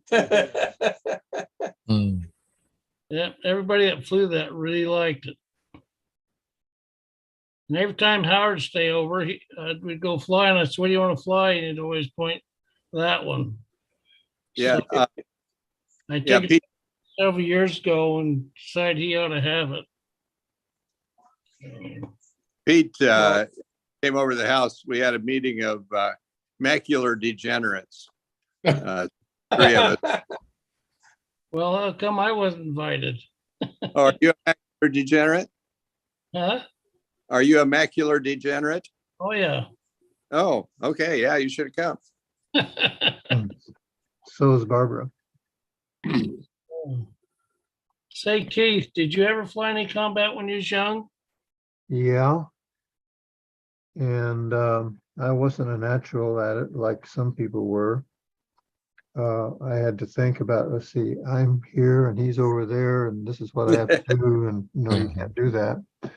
But I was starting to get to where I was reacting to things. I even picked up a couple of trophies when I was in Florida. And then one contest, I lost 3 airplanes and 2 engines, and I decided I don't want to do that anymore. What airplanes were you flying? Do you remember? Voodoos and Super Tiger Combat 35s. I still have one of those Combat 35s. No, the airplanes. The Voodoos, Oh, yeah, okay. straight from the double Voodoo boxes. Yep. That's what I built.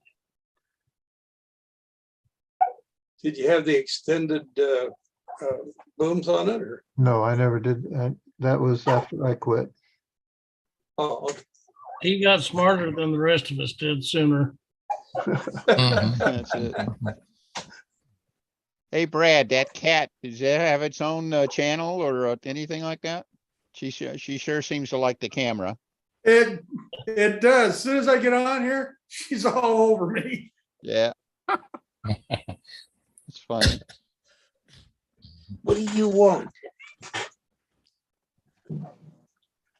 Hey, John Miller, I have a question from Jonathan Karadas. The cue he wrote was regarding the diagonals on the fuselage plan. He thought he might have missed something. What was the diagonals for on that fuselage? Anti-torsion. There was something that Alan Brickhouse taught me. Well, it's the former or related diagonals, and it really stops the airplane from being minimizes. Yeah, minimizes the twist. It's remarkable what they do. Yeah. Yeah. Very, very little penalty in weight. It's probably the most efficient structure you can put in there for stiffness.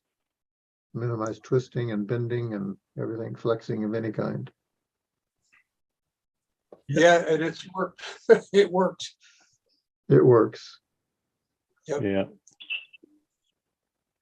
The big job, when Charlie Rees drew up the plans on the big job has a really skinny fuselage after the wing, going back to the tail, and he put a truss structure on it, both on the sides and on the top and bottom. And it's just remarkable how stiff that pencil shaped fuselage is, both in bending and in torsion. Fly quite well too. Quite well. Yeah. Oh, you keep that tail from flopping all around in there. It That's really for helps sure. fly. That's for sure. Jonathan Karadas has another question, you guys. He asked, how many women fly control line in the U.S.? 4. That's about right. Oh, you mean competitively or just fly? He didn't say. I Yeah, know there's a lot of flyers that we don't even compete, Jonathan. So we don't even know how many women there are that fly. We might know some that compete, but yeah, I'm but counting how- Samantha, but she's really not flying right now. And I know 2 from Triple Tree that started with us and both fly. I don't know their names. I know there's a couple of them flying combat. Some of the young ladies are flying what F2D or whatever that is, but Amy Olson and Anna Miner. Okay. There's not enough women flying control line, unfortunately. Heck, we don't even have that many helping out launching and stuff like that, which is sad. I'm like it Yeah. used to be. That's probably because we've all gotten so old, we don't have girlfriends to take out there to launch for us. What do you got there? Can you identify that airplane? Isn't that a ringmaster? What is It that? looks like a ringmaster. No, it's a half A, and it's a solid wing, airfoiled. Lightweight. I don't recognize it. It looks like a baby ringmaster with a cocked up canopy. Well, I don't there know. was the beginner's ringmaster was a sheet balsa wing. Yeah. Yeah, that that's right. elliptical tail sure screams ringmaster, but it doesn't look like a ringmaster tail now that I. And there was a to say. fly streak that had a plank wing, also a trainer. Yeah. Yeah. I can't remember what it was. Fuselage, yeah, the trailing edge to the rear end looks too long to be a ringmaster, but I don't know. The Wait vertical a minute. stab, is that pointed and swept like a flight streak? No, Is that's that just a a, paint. It's a paint stripe on it, John. Whoops. Is that a sheet balsa wing or is it built up? No, it's sheet. It's already, yeah. It Is comes, that a swordsman? it comes formed. Swordsman? There's a swordsman that looked kind of like that or something. Or the Stuntman 23? Yeah, that could be it too. Yeah, but they were essentially very similar looking, except the one was an 18-inch wing, one was a 23-inch 23. wing, but otherwise, very similar. One was a little quicker than the other, in other words.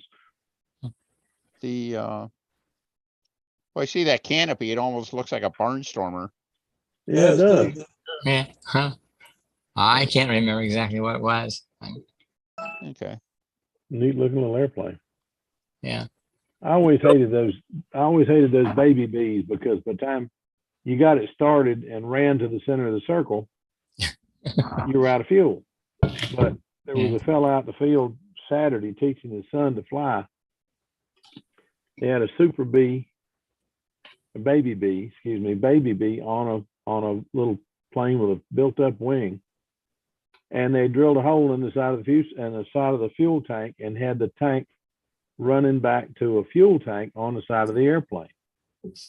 I thought, now what a neat idea. It ran as long as a golden bee, but he said, I just got a bunch of these. I decided I'd try one and it worked. So he's teaching his son to fly. He's out there going around in circles. He made about, I guess, 20 laps and he got dizzy and the plane hit the ground. He hit the ground. It was funny.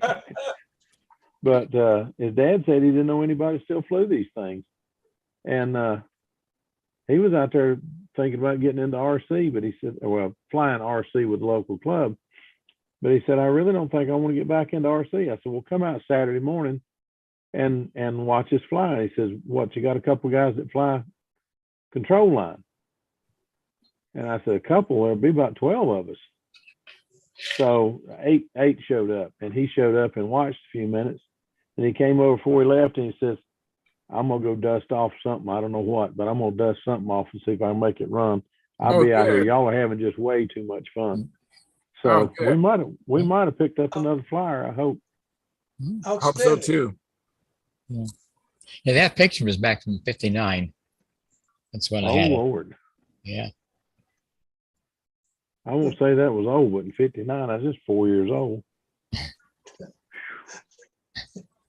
What a puss. I never seen a model airplane yet in 59. Oh, Lordy. I think I was 16. Yeah. You were 16? Jeez, John. Yeah, 16. Yeah. Yeah, good gracious. That's about what we were, weren't we?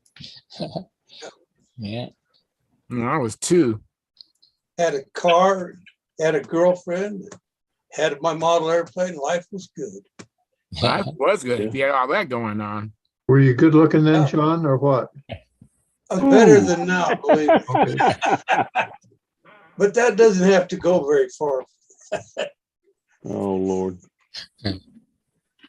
Sammy, you're getting rough. Oh, me. So Jonathan Carradas, he said it's about the same here too. I'm not sure where Jonathan Carradas is. I think it's in Brazil, right? Isn't he in I think that's what Brazil? he said. New I think that's what he Zealand, said. New Somewhere? Zealand, that's right. New Zealand. New excuse me. Zealand, isn't it? New Zealand. New Yeah. Zealand. Auckland, Okay. New Well, he Zealand. says it's about the same here too. And then he goes on. He goes, mind you, my wife does, but not the lines. So his wife flies. I guess she must fly RC. Ah, Yeah. And Yeah. Edward Carlisle says, like left. Thank you, Edward. Appreciate it. Let her watch you fly a while. She'll decide to come have some fun too. There's something about these things when you can feel the airplane. I agree. I really haven't flown much of RC, so I really can't really give a fair comparison, but I just can't imagine anything fun than flying RC, than flying control line, excuse me. I just can't imagine. I was on an RC AMA show team flying RC, and I used to teach RC at my local club and that. So I was kind of into it, but I wasn't a good pattern flyer. That I like to do what you used to do, Phil. I used to like fly gliders, and I like to fly some power. But you know, I was three of us. There's three of us used to fly sailplane. Yeah. Well, I used to fly. I used to fly ugly sticks and things like that. Well, I tried pattern for a very short while, and I got sick of that. I got tired of people whining that you had stuff that they didn't have. I was using an Ace radio that I built, and I built dual rates and all in. And in those days, you couldn't buy a radio with dual rate. So we put dual rates in, and the guy come up and complained because I had something he didn't have at a contest. So, well, I built it, and he'd still. So anyway, that took me out of pattern, and then I got over to decide to fly semi-scale and then scale. And a guy whined about my Bearcat because my landing gear was double knuckle, like it really. Bearcat gear don't come up like a P-51 Mustang. It bends in the middle like that and comes up. Well, you try working that out, making that work. It's a pain in the backside. But I knew Dan Sanich, and Dan worked it out, and Dan was a heck of a draftsman, and he knew a fellow who was a heck of a machinist, and we made up 2 sets of landing gear, one to go into my Bearcat and one for a spare. I got to a contest in one of the local contests, and a guy complained and wanted to, well, he fussed about me having something. I can't buy that. I can't buy that. You're a modeler, dummy. Build it. The plans are out there. We published them. And it made me so mad. I went to the car, and we were driving a Chevy Vega station wagon. And I went to put that plane in the car, and a fellow walked up. When I opened the tailgate, I hit him in the head with the tailgate. So I naturally had to stop and talk to him. And he said, "What would you take for that airplane?" And there said a D&B Corsair in the back of the car. It was the backup. He bought both airplanes, both spare engines, both radios, everything. My wife, on the way out of the field, it's about a 1/4 mile drive out of there to the hardtop. She says, "Well, what are you going to do now?" I said, "I'm going to go crank up some of those control line planes and see if they'll still fly." And I've been doing it ever since. Oh, good But for you.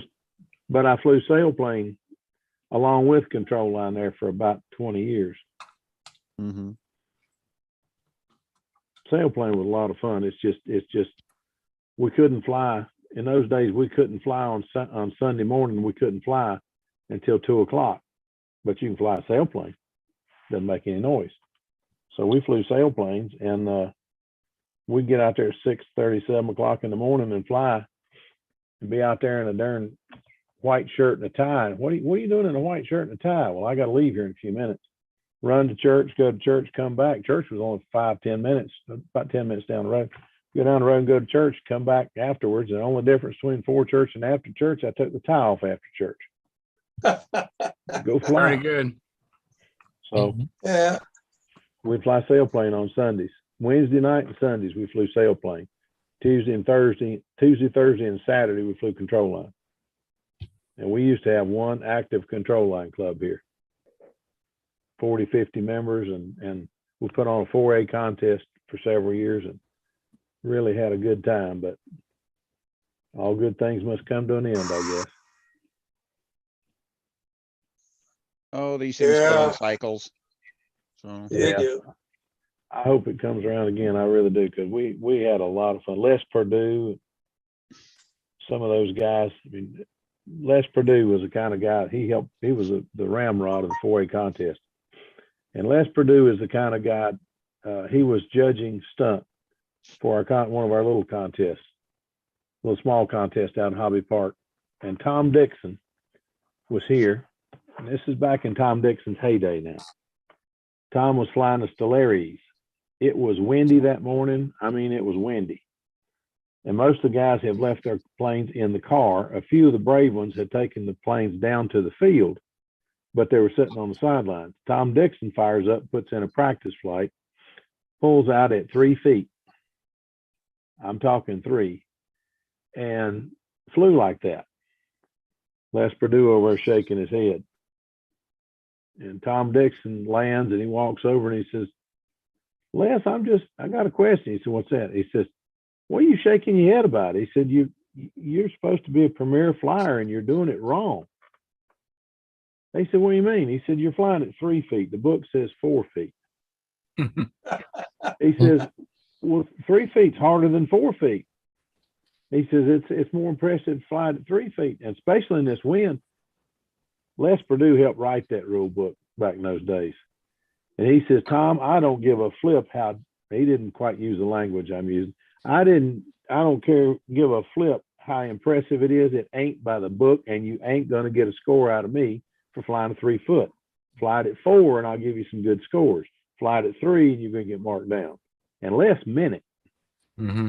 So in the contest, Tom pulled it up to 4 feet and he got some really good scores and won. But back in those days, the wind didn't bother Tom Dixon, and he was flying a Fox 35 in a Wow, Stellaris. that's amazing. Oh, he could make a Fox 35 talk to him.